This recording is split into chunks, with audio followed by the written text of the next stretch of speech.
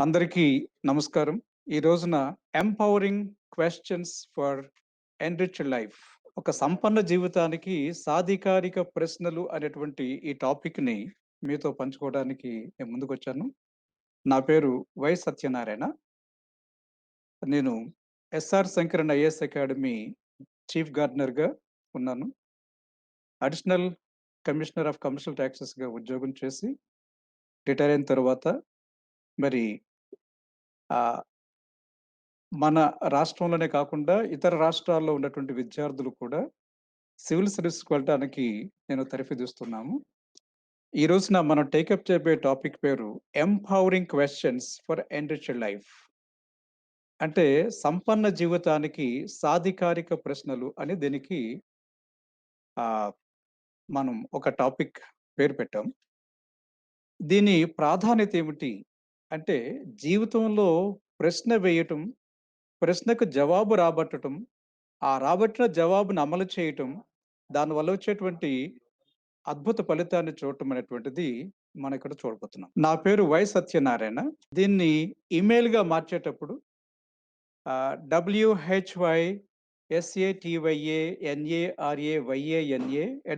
whysatanarayana@yahoo.co.in అని ఉంది. ఇక్కడ వై అంటే నా సర్‌నేమ్‌లో ఉన్నటువంటి వై డబ్ల్యూహెచ్‌వైగా మారింది. అంటే నా పేరు ప్రారంభంలోనే Y Satyanarayana. So this Y అంటే ఎందుకు, ఎందుకు అనేటువంటిది ప్రశ్నించుకోవటం మూలంగా ఆ జవాబులనేటువంటివి నన్ను ఈ స్థాయికి తీర్చిదిద్దాయి కాబట్టి నేను ఇట్ హాస్ బికమ్ నా నా లైఫ్‌లో ఈ వై అనేటువంటిది ఒక part. It is a part of my నేచర్‌గా మారి నన్ను ఈ స్థాయికి తీసుకొచ్చింది. మీ జీవితంలో కూడా ఎందుకు అనే ప్రశ్న వేసుకోవటం మూలంగా మీరు కూడా ఉన్నత స్థాయికి వెళ్ళడానికి అవకాశం ఉంటుందన్న విషయాన్ని ఈ టాపిక్ ద్వారా మనం చూసుకుందాం. Friends remember, a statement closes the mind. ఎవరైనా ఒక మాట చెప్పారంటే ఒక స్టేట్మెంట్ రూపంలో చెప్పినప్పుడు అది అక్కడికి అయిపోతుంది. అయిపోయిన తర్వాత మైండ్ ఆలోచించదు. మైండ్ ఆలోచించాలంటే ఆ క్వెషన్ ఓపెన్స్ ఇట్. ఒక మనసుని జాగృతం చేయాలంటే అది ప్రశ్న ద్వారానే సాధ్యమవుతుంది. అంటే ఎవరైనా ఒక సలహా ఇచ్చినప్పుడు, ఆ సలహా విని మనం ఊరుకుంటాం. కానీ ప్రశ్నించేటప్పుడు ఆ ప్రశ్నకు జవాబు వెతకడానికి ప్రయత్నం సాగిస్తాం. అటువంటి ప్రశ్నలకు జవాబులు వెతికే క్రమంలోనే ఈ విశ్వం అనేటువంటిది పరివ్యాప్తం కావటానికి అవకాశం ఏర్పడ్డది. ఫ్రెండ్స్ రిమెంబర్, మనకి 20వ శతాబ్దంలో నలుగురు ప్రధానమైనటువంటి విజ్ఞానులున్నారు. ఈ నలుగురు విజ్ఞానుల్లో ముందుగా చెప్పదగ్గ వ్యక్తి ఐన్‌స్టీన్. ఆల్బర్ట్ ఐన్‌స్టీన్ ఆయన ఒక ప్రశ్న వేసుకున్నాడు. ఈ విశ్వం అనేటువంటిది ఎంతుంది? ఇది ఎలా పరిణామం చెందుతూ వస్తుంది? దీన్ని కనుక్కోవటం ఎలా? అన్నటువంటి ఆ ప్రశ్నలోనే మనకి అద్భుతమైన జవాబు వచ్చి, ఈ విశ్వం అనేటువంటిది ఇది కేవలం ఒక చిన్న కుటుంబం కాదు. ఇది చాలా విశాలమైనటువంటి కుటుంబం అన్న విషయాన్ని మనం తెలుసుకోవడం జరిగింది. ఇక రెండవ వ్యక్తి కార్ల్ మార్క్స్. కార్ల్ మార్క్స్ ఆయన ప్రశ్న ఏమంటే, ఈ ప్రపంచంలో సంపద అంతా కూడా ఒకళ్ళు కొద్దిమంది చేతుల్లో నిక్షిప్తమై ఉంది. మరి ఆ నిక్షిప్తమైన సంపద వారికి ఏ విధంగా లభించింది? అది వారు కష్టించే ఆ సంపదను తీసుకున్నారా? లేక ఎవరి కష్టార్జితాన్నైనా వాళ్ళు లాక్కుంటూ ఉన్నారా? అంటే మిగులు విలువ అనేటువంటిది ఏమవుతుందన్న ప్రశ్న వేసుకున్న తర్వాత ఆయన తీసుకొచ్చినటువంటి మార్పు మనం చూస్తూ ఉన్నాం. సామ్యవాద వ్యవస్థకి కారణమైనటువంటి ప్రశ్న ఏమంటే, సంపదని సమాజపరం చేయటం ఎలా? అన్నటువంటి ప్రశ్న ఈ రోజున ఆర్థిక పరంగా కూడా సమానత్వాన్ని సాధించడానికి సాధ్యమవుతూ ఉంది. ఇక మూడవ వ్యక్తి చార్ల్స్ డార్విన్. చార్ల్స్ డార్విన్ చేసినటువంటిదేమంటే, మనిషి ఏ విధంగా ఇక్కడికొచ్చాడు? చాలా మత గ్రంథాలు చెప్పేటువంటిది దేవుడు ప్రత్యేకమైన సృష్టి చేయటం మూలంగా మనిషి వచ్చాడని చెప్తున్నారు. మరి మనిషికి, ఇతర జంతువులకి తేడా ఏ విధంగా ఉంది అని ఆయన ప్రశ్న వేసుకొని, ఆ ప్రశ్నకు జవాబనేదాన్ని అన్వేషించే సందర్భంలో, పరిణామ క్రమంలో మానవుడు ఈ స్థాయికొచ్చాడన్న విషయాన్ని ఆయన తెలియజేశాడు. ఇక నాలుగవ ప్రధానమైనటువంటి వ్యక్తి ఎవరంటే సిగ్మండ్ ఫ్రాయిడ్. సిగ్మండ్ ఫ్రాయిడ్ వేసుకున్న ప్రశ్న ఏమంటే, మనిషి ప్రవర్తన ఇప్పుడు ఒకలాగుంటుంది. ఆ మనిషి మరొక చోటకెళ్ళేటప్పుడు మరొకలాగుంటాడు. అతడు ఏకాంతంలో ఉండేటప్పుడు మరో విధంగా ప్రవర్తిస్తాడు. ఈ ప్రవర్తన మారటానికి గల కారణాలేమిటి అన్న విషయాన్ని చూసుకొని, మనిషిలో మరొక విశ్వం ఉన్నది. అంటే మనిషి ముందు కనిపించేది ఒక విశ్వమైతే, మనిషి లోపల మరొక విశ్వం ఉన్నదన్న విషయాన్ని ఆయన గమనించాడు. ఫ్రెండ్స్, ఈ విశ్వం అనేటువంటిది అనంతంగా ఉందన్న విషయాన్ని ఐన్‌స్టీన్ చెప్తే, ఈ సమాజం అనేటువంటిది ఎగుడు-దిగుడు ఉన్నాయి. ఈ ఎగుడు-దిగులు పోవాలని చెప్పినటువంటి వ్యక్తి కార్ల్ మార్క్స్ అయితే, ఈ మనిషి ఏ విధంగా పరిణామం చెందుతూ వచ్చాడన్న విషయాన్ని చెప్పిన వాడు చార్లెస్ డార్విన్ అయితే, ఆ మనిషి లోపల మరొక విశ్వం ఎలాగుంది, అతడి ప్రవర్తన ఏ విధంగా ఉంటుంది, అతని మూర్తిమత్వం ఏమిటన్న విషయాన్ని చెప్పినవాడు సిగ్మండ్ ఫ్రాయిడ్. ఇలా ఈ నలుగురు ప్రముఖులు వేసుకున్న ప్రశ్నలకు లభించిన జవాబులే మానవాళిని ముందుకు నడిపిస్తూ వచ్చాయి. ఫ్రెండ్స్, మనమంతా కూడా గమనించాల్సిన అంశం ఏమంటే, ఒకప్పుడు రాచరికాలున్నాయి. ఈ రాచరికాలు పోయి అధికారం అనేది ప్రజాయుక్తం కావాలి. ప్రజాయత్తం కావాలంటే ఏం కావాలని అమెరికన్ రెవల్యూషన్‌లో, ఫ్రెంచ్ రెవల్యూషన్‌లో, రష్యన్ రెవల్యూషన్‌లో, చైనా రెవల్యూషన్‌లో వేసుకున్నటువంటి ఈ ప్రశ్నలన్నీ కూడా ఈ రోజున ప్రజాస్వామ్య వ్యవస్థ అంటే ప్రజలందరికీ కూడా అధికారం కావాలన్న వ్యవస్థ రావటానికి కారణమైంది. అదే విధంగా మరి సమాజ పరంగా ప్రజలందరూ కూడా హెచ్చుతగ్గులలో ఉండకూడదు, కుల వ్యవస్థలు ఉండకూడదు. సామాజిక పరంగా, రాజకీయ పరంగా, ఆర్థిక పరంగా, శాస్త్ర సాంకేతికాల పరంగా, అలాగే సాంస్కృతిక పరంగా మానవుడు వేసుకున్నటువంటి ప్రశ్నలు, ఆ ప్రశ్నల మూలంగానే ఈ రోజున ఇంత సుసంపన్న జీవితాన్ని మనం గడుపుతున్నాం. ఒక్కసారి ఆలోచించండి.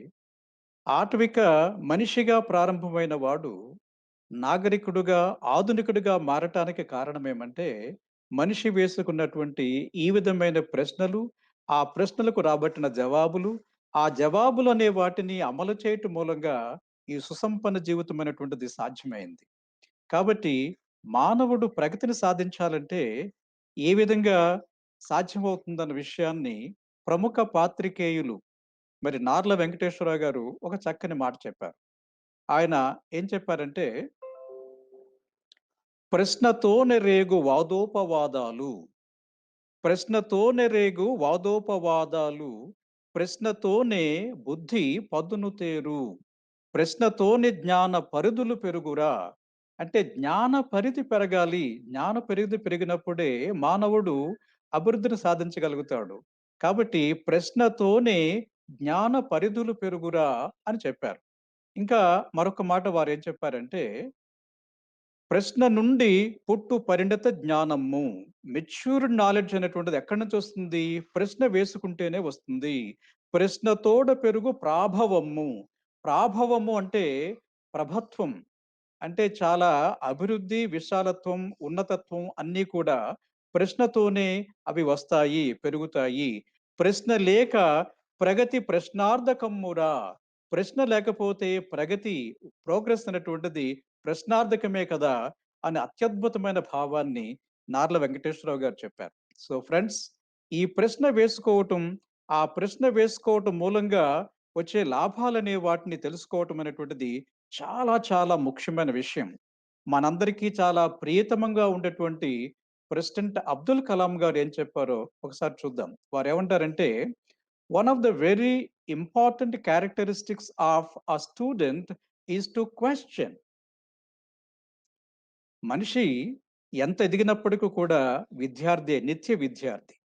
నిత్య విద్యార్థిగా ఉండే మనిషి ఏం చేయాలి? ప్రశ్నలు వేసుకోవాలి. Let the students ask questions. ప్రతి విద్యార్థి కూడా ప్రశ్న వేసుకోవాలి అన్నటువంటి చక్కని సందేశాన్ని ఇచ్చిన వారు అబ్దుల్ కలాం గారు. ఎందుకంటే జీవితంలో వారు ప్రశ్న వేసుకొని, ఆ ప్రశ్నల జవాబులతోనే ఆయన సమున్నతమైనటువంటి భారతరత్నగా ఎదగగలిగారు. ఎక్కడో ఒక మారుమూల ప్రాంతంలో పుట్టినటువంటి అబ్దుల్ కలాం ప్రపంచవ్యాప్తంగా మన్నన పొందగలిగారంటే కారణం వారు ప్రశ్న వేసుకొని, ఆ ప్రశ్నకు వచ్చే జవాబులనే వాటిని అమలు చేయటం మూలంగానే వారు ఈ స్థాయికొచ్చారు. ఈ సందర్భంగా ఫ్రెండ్స్, ఆహ్, ఒక ప్రముఖ మేనేజ్మెంట్ ఎక్స్‌పర్ట్ పీటర్ డ్రక్కర్ ఒక మాట చెప్పారు. ఆ మాట కూడా మనం చూద్దాం. వారేమంటారంటే, "the leader of the past may have been a person who knew how to tell." The leader of the past, గతంలో ఉండే నాయకులందరూ కూడా ప్రజలు ఏం చేయాలో చెప్తూ వచ్చారు. But the leader of future will be a person who knows how to ask. భవిష్యత్తులో రాబోయే నాయకుడన్నవాడు ఎవరంటే, ప్రశ్నలు వేయటం ద్వారా ప్రజల మనసులను ప్రకోపింప చేసిన వాడే నిజమైన నాయకుడవుతాడు అన్న విషయాన్ని చెప్పాడు. ఇది నేను అనుభవపూర్వకంగా తెలుసుకున్నటువంటి మాట. నేను ఒక సామాన్యమైనటువంటి కుగ్రామములో, పల్లెటూరులో విద్యా జ్ఞానం అనేటువంటిది లేనటువంటి ఆ ప్రాంతంలో పుట్టిన నేను, ఈ రోజున ఒక సమున్నతమైన స్థానాన్ని అలంకరించడానికి గల కారణం ఏమంటే, నేను నా సర్‌నేమ్‌లో ఉన్నటువంటి వై అనేటువంటి ప్రశ్న వేసుకొని సమాధానాలు రాబట్టడమే. ఆ విధంగా చేయటం మూలంగానే ఫ్రెండ్స్ ఈ స్థాయికి నేను రాగలిగాను. ఎవరైనా రాగలగరు. ఎవరైనా రావటానికి అవకాశం ఉంటుంది. కాబట్టి ప్రశ్న వేసుకోవటం అనేటువంటిది చాలా ముఖ్యమైన విషయంగా మనం భావించాలి. అందుకే కీత్ క్యామరన్ స్మిత్ అనేటువంటి ఒక ప్రముఖ ఆర్థికవేత్త ఏం చెప్పారంటే, the questions you ask the questions you ask your self determine the results you get in your life. నువ్వు వేసుకున్న ప్రశ్నలకి వచ్చే సమాధానాలే, ఆ వచ్చేటువంటి ప్రశ్నలకు ఉన్నటువంటి ఫలితాలే నీ జీవితాన్ని నిర్ణయిస్తాయని చెప్పారు. అంటే ప్రశ్న వేసుకోవటం, జవాబులు రాబట్టటం, వాటిని అమలు చేయటం ద్వారా వచ్చే ఫలితాలు ఏవైతే ఉంటాయో, అది నిన్ను డిసైడ్ చేస్తాయని చెప్పారు. కాబట్టి ప్రశ్న వేసుకోవటం, ఆ ప్రశ్నకి జవాబు రాబట్టుకోవటం అనేటువంటిది ఎంత ముఖ్యమో, ఏ రంగాలలో మనం ప్రశ్నలు వేసుకోవాలో, ఆ అంశాలనే వాటిని ఈ రోజున మీతో నేను పంచుకుంటాను. ముందుగా ప్రతి మనిషికి కావాల్సినటువంటిది ఎడ్యుకేషన్ కాబట్టి, ఎడ్యుకేషన్ పైన నేను వేసుకున్న ప్రశ్న, ఆ ప్రశ్నకి జవాబు ఎలాగొచ్చింది, దాన్ని ఎలా అమలు చేశానో చెప్పిన తర్వాత, మీరు కూడా ఎటువంటి ప్రశ్న వేసుకోవడానికి అవకాశం ఉంటుందో చూద్దాం. On education, number 1 is on education. Should I go by the word of the street? Should I go by the word of the street are urge of my heart? అంటే చాలామంది చదువు అనేది ఎలా సాగిస్తారంటే, తల్లిదండ్రులు ఏం చెప్పారో అదే పిల్లలు చేస్తూ ఉంటారు. లేదా పక్కవాడు ఏం చెప్పాడో అదే చేస్తుంటారు. అలా కాక టీచర్ ఏం చెప్పాడో అదే చేస్తుంటారు. ఇదే కాకపోతే చుట్టూ ఉన్నవాళ్ళు ఏం చెప్పారో అది చేస్తూ ఉంటారు. లేక మార్కెట్‌లో దేనికి వెంటనే ఉద్యోగం వస్తుందో దానికోసం చూస్తూ ఉంటారు. కానీ హృదయం కోరేటువంటి అంశం మీద మరి మానవుడు వెడతాడా? This is more important. అందుకే అబ్దుల్ కలాం గారు ఈ చదువు గురించి ఒక చక్కని మాట చెప్పారు. ఏమంటారంటే ఆయన, "you want to be you are everybody else." నువ్వు నువ్వులా ఉండాలనుకుంటున్నావా? అందరూ కోరేటట్టుగా ఉండాలనుకుంటున్నావా? ఎంత అద్భుతమైన మాటో చూడండి.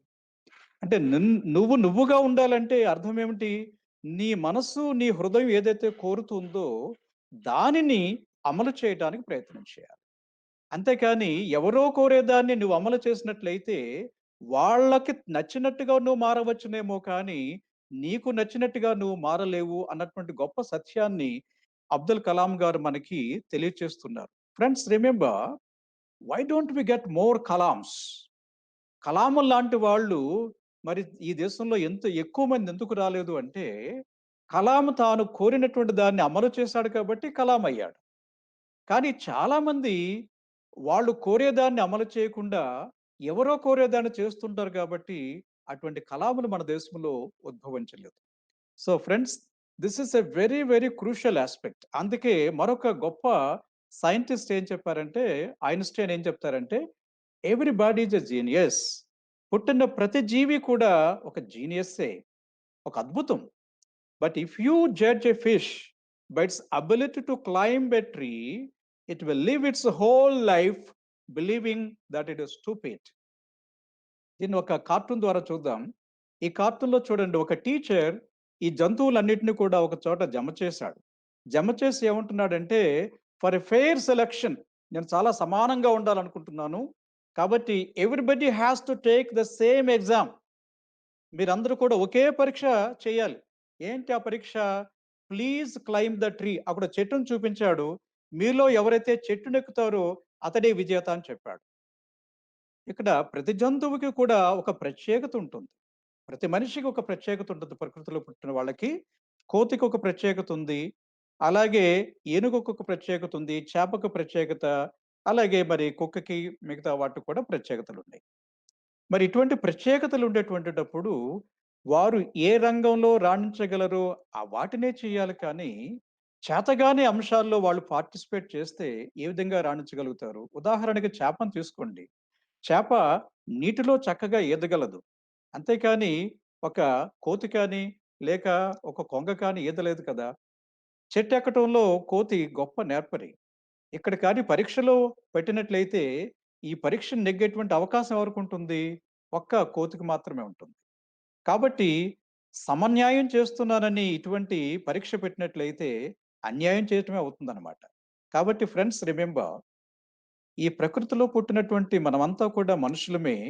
కానీ, ప్రతి మనిషికి కూడా ఒక్కొక్క టాలెంట్ అనేటువంటిది నేచర్ ఇస్తూ ఉంటుంది. ఆ టాలెంట్ హృదయం చెప్పే టాలెంట్ ఏంటో తెలుసుకొని, ఆ టాలెంట్ అనే దాన్ని అమలు చేసిన వాడే నిజమైనటువంటి మరి గొప్పవాడు కాగలుగుతాడు. ఆ అంశాన్ని గుర్తుపెట్టుకోవటం చాలా ముఖ్యమైన విషయం. అందుకే విలియం జేమ్స్ అనేటువంటి ఒక గొప్ప శాస్త్రవేత్త, మానసిక శాస్త్రవేత్త, సైకాలజిస్ట్ ఏం చెప్పారంటే, "let no youth have any anxiety let no youth have any anxiety about the upshot of his education, whatever the line of it may be. If he keeps faithfully busy each hour of the working day, he may safely leave the final result to itself. He can, with perfect certainty, count on waking up some fine morning to find himself one of the competent ones of his generation in whatever pursuit he may have singled out." అంటే ప్రతి యువకుడు కూడా ఆందోళన, ఆదుర్ద పడవద్దు. దేనికోసం? తన చదువు గురించి. ఆ చదువు ఏ రంగంలోనైనా కావచ్చు. ఏ రంగంలో ఉన్నప్పటికి కూడా ఆదుర్ద మాత్రం చెందవద్దు. మరి ఏం చేయాలి? If he keeps faithfully busy, అంటే తాను నమ్మినటువంటి ఒక సిద్ధాంతానికో, లేక తాను నమ్మినటువంటి ఒక శాస్త్రానికో, ఒక డిగ్రీకో అతడు నిబద్ధుడై, అందులోనే కాలాన్ని గడిపితే, దానిలోనే విశ్వాసం పెంచుకున్నట్లయితే, he can safely leave the final result itself. అంతిమంగా వచ్చేటువంటి ఫలితం గురించి ఆలోచించనక్కరలేదు. ఎందుకంటే he can with perfect certainty, తప్పనిసరిగా అయి తీరుతాడు. ఎలా అయి తీరుతాడు? He can count on waking up some fine morning to find himself. అంటే అర్థం ఏమంటే, ఒక 15, 20 సంవత్సరాల తర్వాత చూస్తే ఆ వ్యక్తి ఆ తరంలో అత్యున్నతమైన స్థాయిని సంపాదించుకున్న వ్యక్తిగా మారుతాడు. అందులో సందేహం లేదు. ఇది నిశ్చయం అని చెప్పాడు. ఆ మాట చెప్పిన వ్యక్తి సామాన్యుడు కాడు. విలియం జేమ్స్, గొప్ప సైకాలజిస్ట్. ఇది నిజమేనా అంటే తప్పనిసరిగా నిజమే అని నేను చెప్పగలను. ఎందుకంటే నా జీవితంలో కూడా ఒక పరిశోధన చేసి, ఒక ప్రయోగం చేసి నేను పైకొచ్చాను. నేను సామాన్యంగా అందరూ చెప్పినట్టుగానే ఏ చదువు చదివితే ఏ ఉద్యోగం వస్తుందో అన్న ఉద్దేశంతో నేను ఇంటర్మీడియేట్ అయిపోయిన తర్వాత ఉద్యోగం రావాలంటే బీకామ్ చేస్తే గమ్మున వచ్చేస్తుంది, వేగంగా వచ్చేస్తుందని కొంతమంది చెప్పారు. అందువల్ల ఇంటర్మీడియేట్ సీఈస్ అయిపోయిన తర్వాత నేను బీకామ్ చేరాను. బీకామ్ చేరిన తర్వాత మరొకళ్ళు ఏం చెప్పారంటే, టైప్ నేర్చుకోండి మీకు సౌలభ్యంగా ఉంటుందన్నారు. అలాగే షార్ట్ హ్యాండ్ నేర్చుకోండన్నారు. నేను అన్ని టైప్ నేర్చుకున్నాను, హైయర్‌కెళ్ళాను. అలాగే షార్ట్ హ్యాండ్ లోయర్ పాస్ అయ్యాను. తర్వాత ఇంగ్లీష్ మీడియంలో చేశాను కాబట్టి, నాకు ఉద్యోగం రావటానికి అవకాశాలు చాలా బాగా మెరుగయ్యాయి. నేను బీకామ్ చేస్తూ ఉన్నాను. ఇంకా పూర్తి కాలేదు. బీకామ్ చేస్తూ ఉన్నాను. చేస్తూ ఉండే సందర్భంలో నాకు లైబ్రరీకెళ్ళే అలవాటయ్యి, లైబ్రరీలో సాహిత్యాన్ని చదవటం మొదలుపెట్టాను. లిటరేచర్‌ని స్టడీస్ చేయటం మొదలుపెట్టాను. అలా స్టడీ చేస్తున్నప్పుడు నా హృదయాన్ని, నా గుండెనది పెట్టేసింది. ఎంతగా పెట్టేసిందంటే, yes, this is what I want to know. This is my cup of tea. నాకు కావాల్సినటువంటిది ఇదే, ఇదే అని పదే, పదే నా గుండె హెచ్చరించడం వల్ల దానికే వెళ్ళాలని నేను కృతనిశ్చయుడినయ్యాను. మరి ఇక్కడ బీకామ్ చేస్తున్న మధ్యలో ఉన్న 1 ½ ఇయర్స్ అయింది. ఇంకా 1 ½ ఇయర్స్ బీకామ్ పూర్తి చేయాలి. ఇప్పుడేం చేయాలి? వెనక్కి వెళ్ళిపోయి బీఏ తీసుకొని లిటరేచర్‌కెళ్ళాలా? లేక బీకామ్ అనే దాన్ని పూర్తి చేసిన తర్వాత నెక్స్ట్ స్టెప్ ఏమిటి? బాగా ఆలోచించిన తర్వాత నా హృదయానికి చెప్పుకున్నటువంటిదేమంటే, oh heart! I am going to pursue literature to satisfy you. కానీ నాకు కొంత కాలాన్నివ్వు. ఎందుకంటే నా మనస్సు, నా మెదడు ఆల్రెడీ ఈ బీకామ్‌లో ఎంగేజ్ అయి ఉంది. కాబట్టి బీకామ్ అనేటువంటి డిగ్రీని పూర్తి చేసిన తర్వాత, నేను ఎంఏలో లిటరేచర్ చేసి, నా కోరికను దాన్ని తీర్చుకుంటానని నాను సర్దు చేసుకొని, బీకామ్ అయిపోయిన తర్వాత, ఒక సంవత్సరం ఆగి, ఒక సంవత్సరం లిటరేచర్‌ని బాగా స్టడీ చేసుకొని, నేను ఆంధ్ర యూనివర్సిటీలో జాయిన్ అయ్యి, ఆంధ్ర యూనివర్సిటీ ప్రప్రథముడిగా, అంటే I got the university first. అలా రావటానికి గల కారణం ఏమంటే, I pursued what I liked. నాకు నచ్చినటువంటి సబ్జెక్ట్‌ని పర్స్యూ చేశాను కాబట్టి, ఏ రోజున కూడా నేను పని చేస్తున్నట్టుగా ఉండేది కాదు. చదువుతున్నట్టుగా ఉండేది కాదు. ఎలా ఉండేదంటే, ఇట్ ఈస్ లైక్ ప్లేయింగ్. ఒక క్రీడలో, ఒక ఆటలో ఉన్నట్టుగా నాకుండేది. అంత అద్భుతంగా ఆ సబ్జెక్ట్‌ని నేను ఎంజాయ్ చేయగలిగాను. కాబట్టి ఐన్‌స్టీన్ మరొక మాట చెప్పింది కూడా ఇక్కడ చూద్దాం.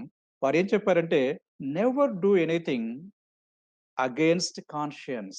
నీ అంతరాత్మకు వ్యతిరేకంగా ఏదీ చేయవద్దు. Even if the state demands it.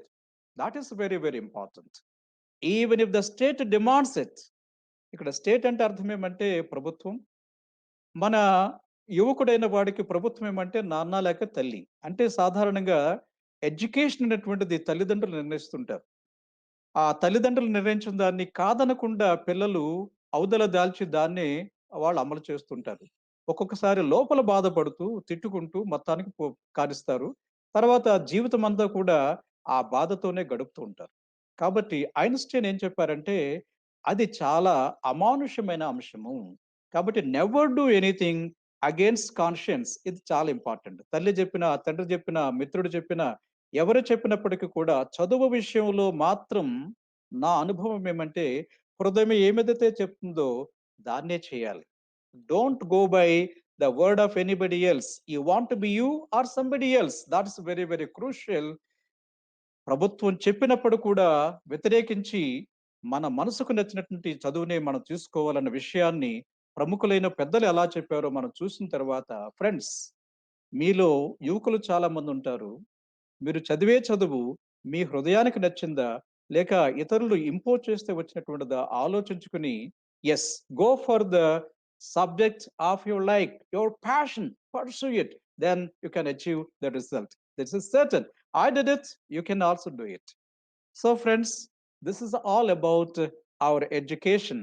అంటే ఎడ్యుకేషన్ సంబంధించి ప్రశ్న ఏమంటే, you want to be you or anybody else? You want to get into your passion, or you want to fulfill the passion of somebody else? ఈ ప్రశ్న వేసుకుని మీరు ముందుకెళ్ళినట్లయితే చదువులో అత్యున్నత స్థానాన్ని పొందడానికి మీకు అవకాశం ఉంటుంది. రైట్? నౌ రెండవ రంగం. సో లైవ్లీహుడ్ అనేటువంటిది చాలా చాలా ముఖ్యం. ఈ లైవ్లీహుడ్ ఎలాగుండాలి? గౌరవప్రదంగా ఉండాలి. కాబట్టి ఈ లైవ్లీహుడ్ సంపాదించుకోవడానికి మనం వేసుకోవాల్సిన రెండో ప్రశ్న ఏమంటే, on career, how can I get into a job, work, business of my choice? నాకు నచ్చినటువంటి ఉద్యోగం కావాలి. నాకు నచ్చిన పని ఉండాలి. నాకు నచ్చినటువంటి వ్యాపారం చేస్తే అది నాకు నచ్చిన వ్యాపారమే ఉండాలి. అటువంటిది ఎలా నేను సంపాదించుకోగలను అని ప్రశ్న వేసుకోవటం చాలా ముఖ్యం. అడగకపోతే అమ్మాయిన పెట్టదన్నట్టుగా అడగటం అనేది చాలా ముఖ్యం కాబట్టి, నాకు నచ్చిన కరియర్ అనే దాన్ని ఏ విధంగా సెలెక్ట్ చేసుకోవాలనేటువంటి ప్రశ్న వేసుకోవాలి. అందుకే ప్రముఖ వ్యక్తిత్వ వికాస నిపుణులైనటువంటి డేల్ కార్నెగీ గారు 'how to stop worrying and start living' అనే పుస్తకంలో అద్భుతమైనటువంటి ఒక ప్రశ్న మనకి సంధింప చేశారు. అందువల్ల ఇక్కడ ఇక్కడ మీ అందరికీ కూడా ఒక ప్రముఖ వ్యక్తిత్వ వికాస నిపుణుడిని నేను పరిచయం చేస్తున్నాను. ఆయన పేరు డేల్ కార్నెగీ. డేల్ కార్నెగీ అద్భుతమైన పుస్తకాలు రచించారు. అంటే మనమంతా కూడా విలేజెస్‌లో పుట్టిన వాళ్ళం. మనకి పెద్దగా గైడెన్స్ అనేటువంటిది దొరకదు. సో, మనలాగా పేదరికంలో పుట్టిన వాళ్ళకి కానీ, గ్రామ స్థాయిలో ఉండే వాళ్ళకి కానీ గైడెన్సెస్ అనేవి మనకి లభ్యం కావు. అటువంటి వ్యక్తులకి ఒక గొప్ప గైడెన్స్ ఎవరంటే డేల్ కార్నెగీ. నేను ఒక విలేజ్‌లో పుట్టాను. నాకు కూడా ఏ గైడెన్స్ లేదు. కానీ నేను ఈ స్థాయికి రావటానికి నాకు సహకరించిన వ్యక్తి ఏంటంటే, ఆయన రాసిన పుస్తకాలే. మీకు కూడా ఆ పుస్తకాలనేటివి పరిచయం చేస్తాను. అవి మీకు కూడా సహకరిస్తాయని నాకు చాలా గట్టి నమ్మకం ఉంది. అందులో మొట్టమొదటి బుక్ ఏమంటే, 'how to win friends and influence people'. మిత్రులనే వాళ్ళని ఏ విధంగా సంపాదించుకోవాలి, ప్రజలను ఏ విధంగా మనం ప్రభావితం చేయాలి. ఇది అద్భుతమైన పుస్తకం. కేవలం ఏదో టెక్నిక్స్ కావివి. జీవితాన్ని వడబోసి దాదాపుగా తన జీవితం అంతా కూడా దీనికోసమే ఆయన శ్రమించి ఆ పుస్తకాన్ని రాసారు. రాసారంటే దానికన్నా అతని జీవితం నుంచి ఆ పుస్తకం అలా ఆవిర్భవించి వచ్చిందని మనం చెప్పొచ్చు. నాకు బాగా నచ్చిన మరొక బుక్ ఏమంటే ఆయన రాసినటువంటిది 'how to stop worrying and start living'. ఈ పుస్తకం నుంచే మీకు 2 ప్రధానమైన ప్రశ్నల గురించి నేను చెప్పబోతున్నాను. ఇక మూడో బుక్ ఏమంటే 'public speaking and influencing people in business'. అంటే 3 ప్రధానమైన అంశాలు, జీవితంలో ప్రధానమైన అంశాల గురించి వారు చెప్పారు. ఒకటేమంటే how to win friends and influence people, అంటే ఇతరులను ఏ విధంగా ప్రభావం చేయాలి. రెండవది, మనం ఎదుర్కొనే సమస్యలనే వాటిని ఏ విధంగా అధిగమించి మనం విజేతలుగా ఎదగాలి. మూడవది, అశేష ప్రజావళి అనే వారిని ఏ విధంగా మన వాగ్ధాటితో ఆకట్టుకోవాలి. ఈ అంశాలనే వాటిని తెలుసుకోవటం చాలా ముఖ్యం. ఈనాడు ఈ నైపుణ్యాల పైన ఎవరికైతే సాధికారత ఉంటుందో వారే విజేతలుగా కాగలుగుతున్నారు కాబట్టి ఫ్రెండ్స్, ఈ పుస్తకాలు చదవండి. ఈ పుస్తకాల్లో ప్రతి మాట కూడా చాలా అర్థవంతమైనటువంటి మాట. నేను ఇందులో రెండో పుస్తకం 'how to stop worrying and start living' అనేటువంటి ఆ గ్రంథంలో డేల్ కార్నెగీ 2 ప్రధానమైన అంశాలు చెప్పారు. ఆయనేం చెప్తారంటే, the 2 major decisions of your life. ప్రతి యువతీ, యువకుడు కూడా తన జీవితంలో 2 ప్రధానమైన నిర్ణయాలు తీసుకోవాలి. అంటే మనం క్రాస్ రోడ్‌లో ఉంటాం. క్రాస్ రోడ్‌లో ఉండటం అంటే అర్థం ఏమంటే, యవ్వనం వచ్చిన తర్వాత ఏం చేయాలి జీవితంతో అని ప్రధానమైనటువంటి సందిగ్ధావస్థ వస్తుంది. ఆ సందిగ్ధావస్థలో 2 ప్రధాన నిర్ణయాలు ఎవరైతే తీసుకోగలుగుతారో, వాళ్ళు జీవితంలో విజేతలు కాగలుగుతారు అని చెప్పారు. మరి ఆ 2 ప్రధానమైన ప్రశ్నలలో ఒకటేమంటే, how are you going to make a living? నీ లైవ్లీహుడ్ అనే దాన్ని నువ్వు ఏ విధంగా సాధించుకుంటావు? అంటే లైవ్లీహుడ్ సాధించుకోవటం అంటే అర్థం ఏమంటే, ఏ ఉద్యోగాన్ని చేయాలి?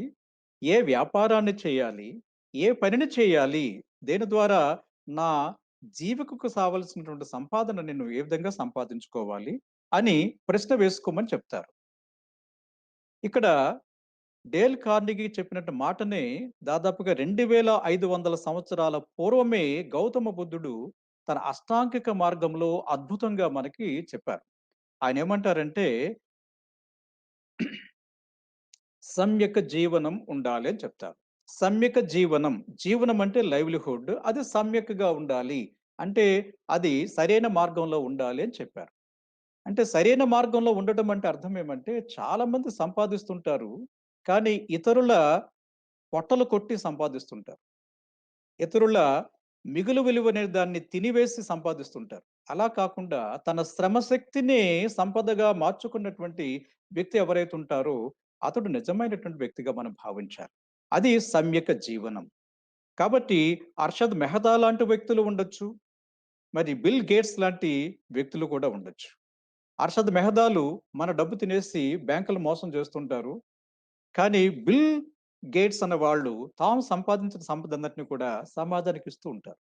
కాబట్టి ఆ విధమైనటువంటి ఒక లైవ్లీహుడ్ అనే దాన్ని సంపాదించుకోవడానికి ప్రతి యువతీ, యువకుడు కూడా ప్రయత్నం చేయాలి. సో ఫ్రెండ్స్, ఇక్కడ మీ అందరికీ కూడా ఒక చాలా ముఖ్యమైనటువంటి విషయాన్ని చెప్పదలుచుకున్నాను. అదేమంటే, మనం ప్రపంచంలో ఉన్నటువంటి ప్రజలనే వాళ్ళని 3 రకాలుగా మనం విడగొడతాం.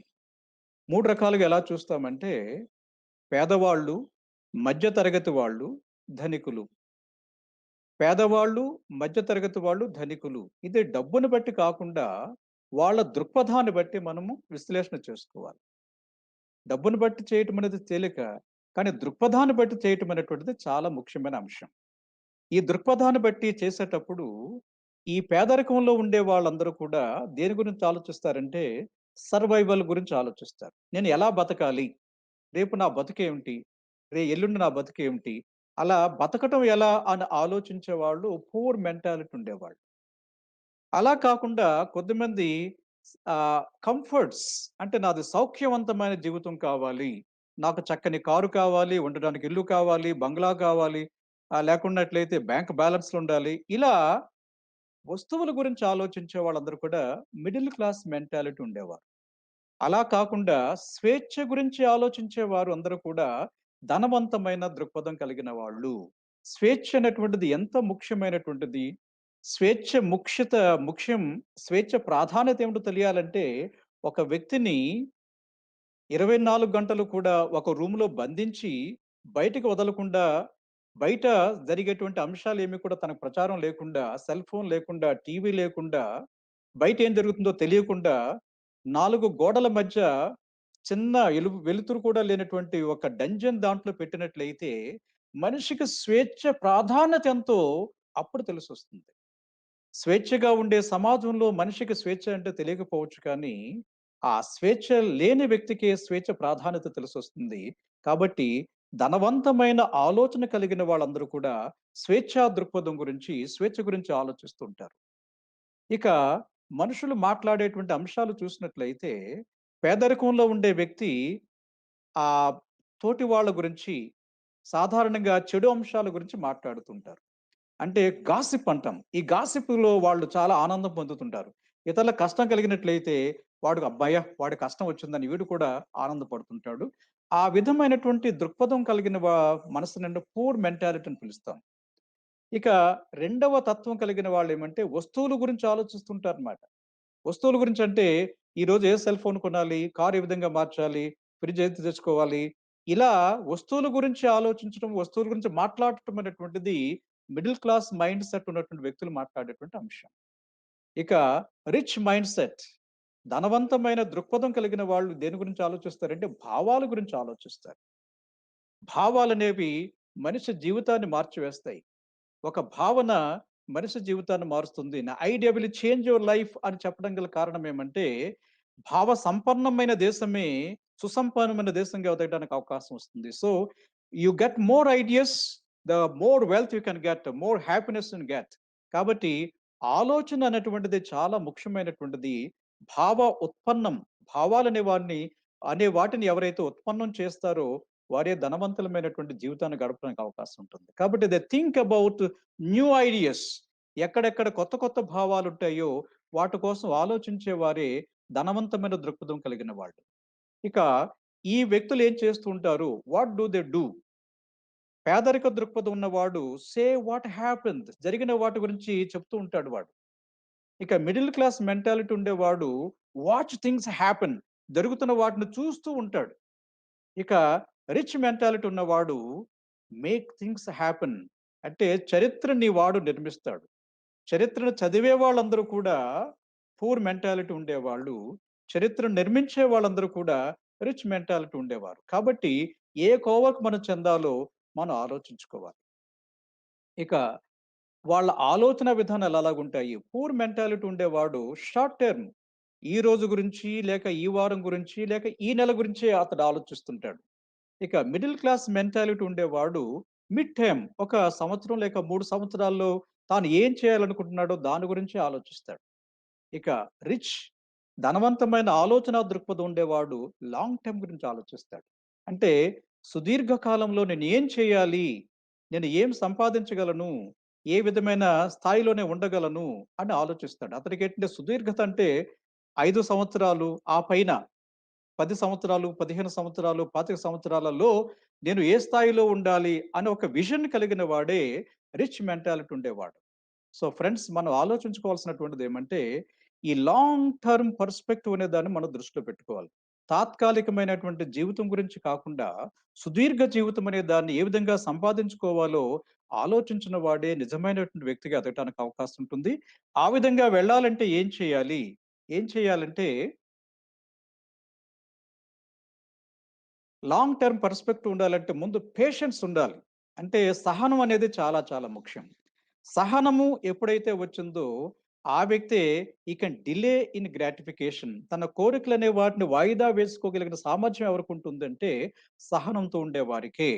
ఆ సహనంతో ఉన్న వ్యక్తి కోరికలనే వాటిని వాయిదా వేసుకోవటం మూలంగా హి gives value freedom over comfort.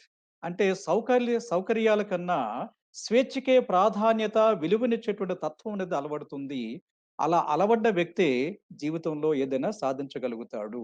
ఇది చాలా ముఖ్యమైన విషయం. ఎలా తెలుసుకుంటామంటే, మనకు ఆరాధనీయుడిగా ఉన్నటువంటి డాక్టర్ అంబేద్కర్ ఒక మాట చెప్పారు.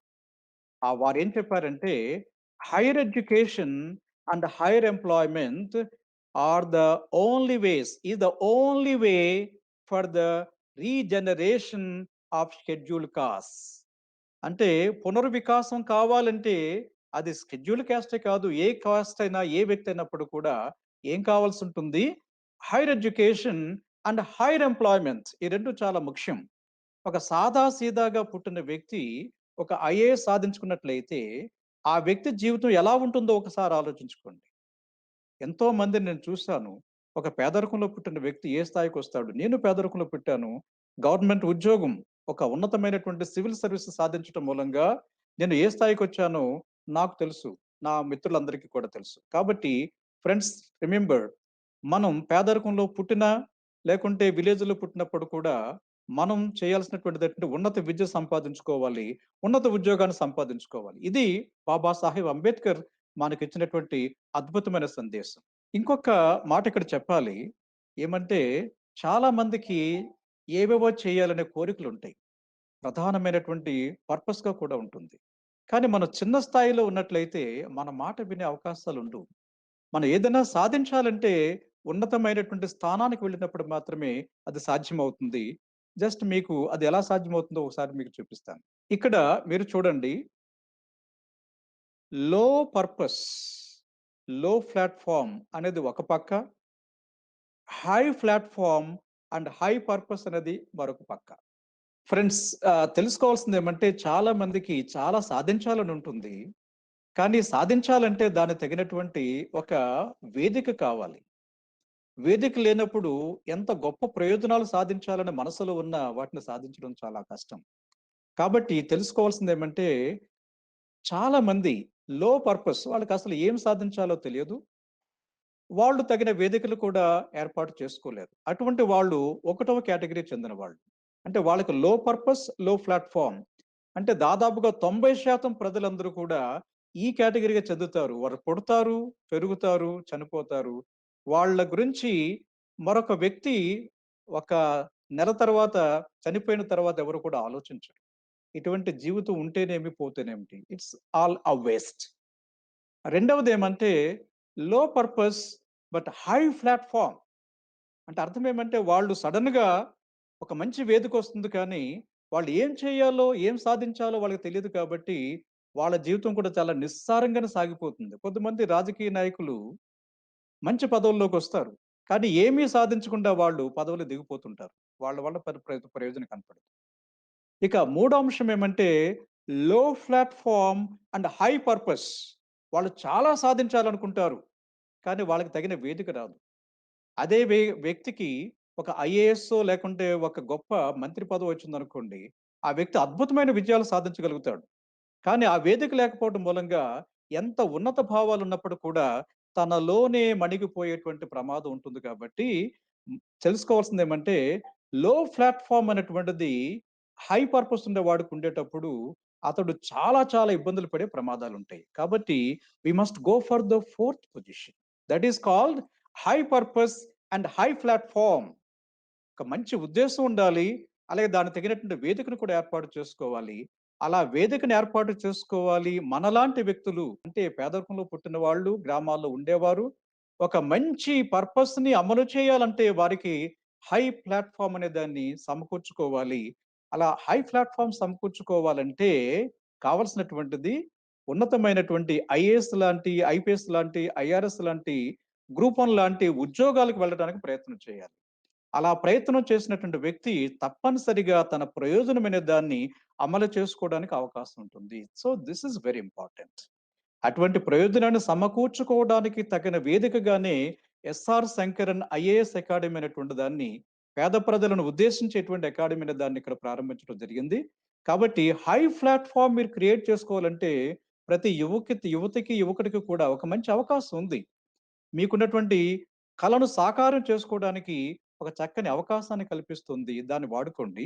దాన్ని వినియోగించుకోండి. ఫ్రెండ్స్ రిమెంబర్ ఒక అద్భుతమైన మాట ఏమంటే ఎడ్నా కెర్ అనేటువంటి వ్యక్తి ఏం చెప్పిందంటే, "the greatest tragedy I know of is that so many young people never discover what they really want to do."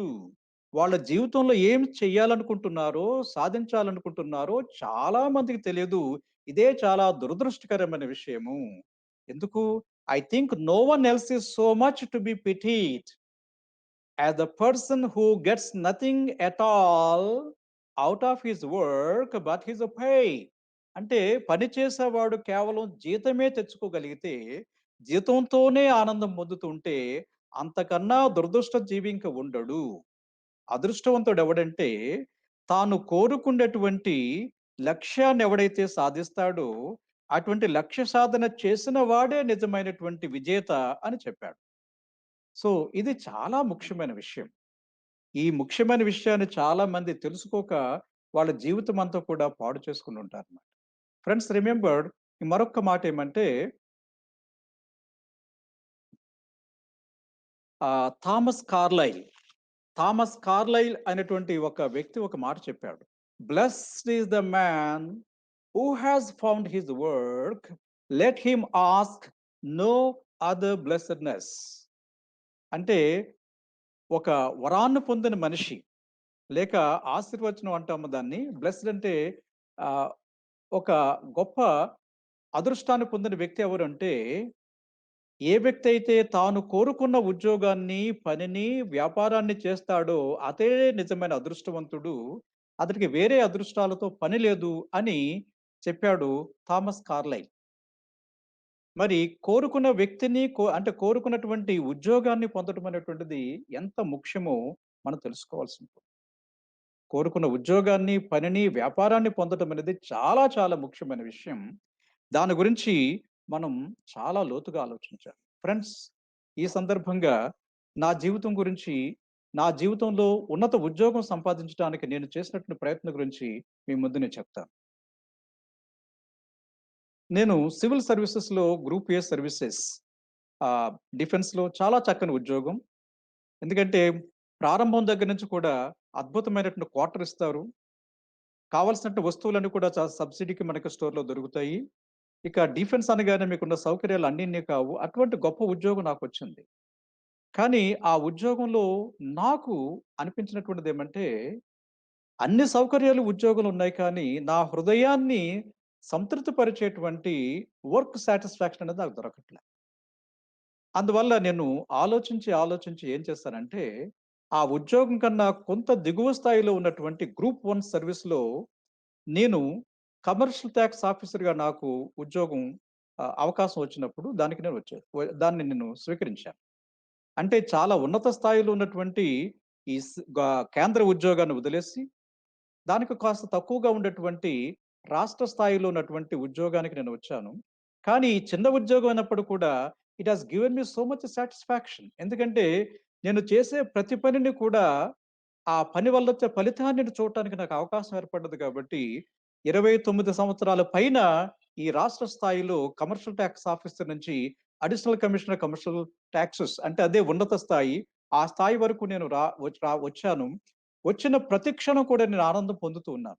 అలా పొందడానికి గల కారణం ఏమంటే, నాకు నచ్చిన వర్క్‌లో నేను రావటమే. సో ఫ్రెండ్స్ రిమెంబర్ ఉద్యోగం ఏది అని కాకుండా, ఏ ఉద్యోగంలో నేను ఆనందం పొందగలుగుతున్నాను అనే దానికన్నా ఆలోచించగలిగినట్లయితే, yes, that will the best one.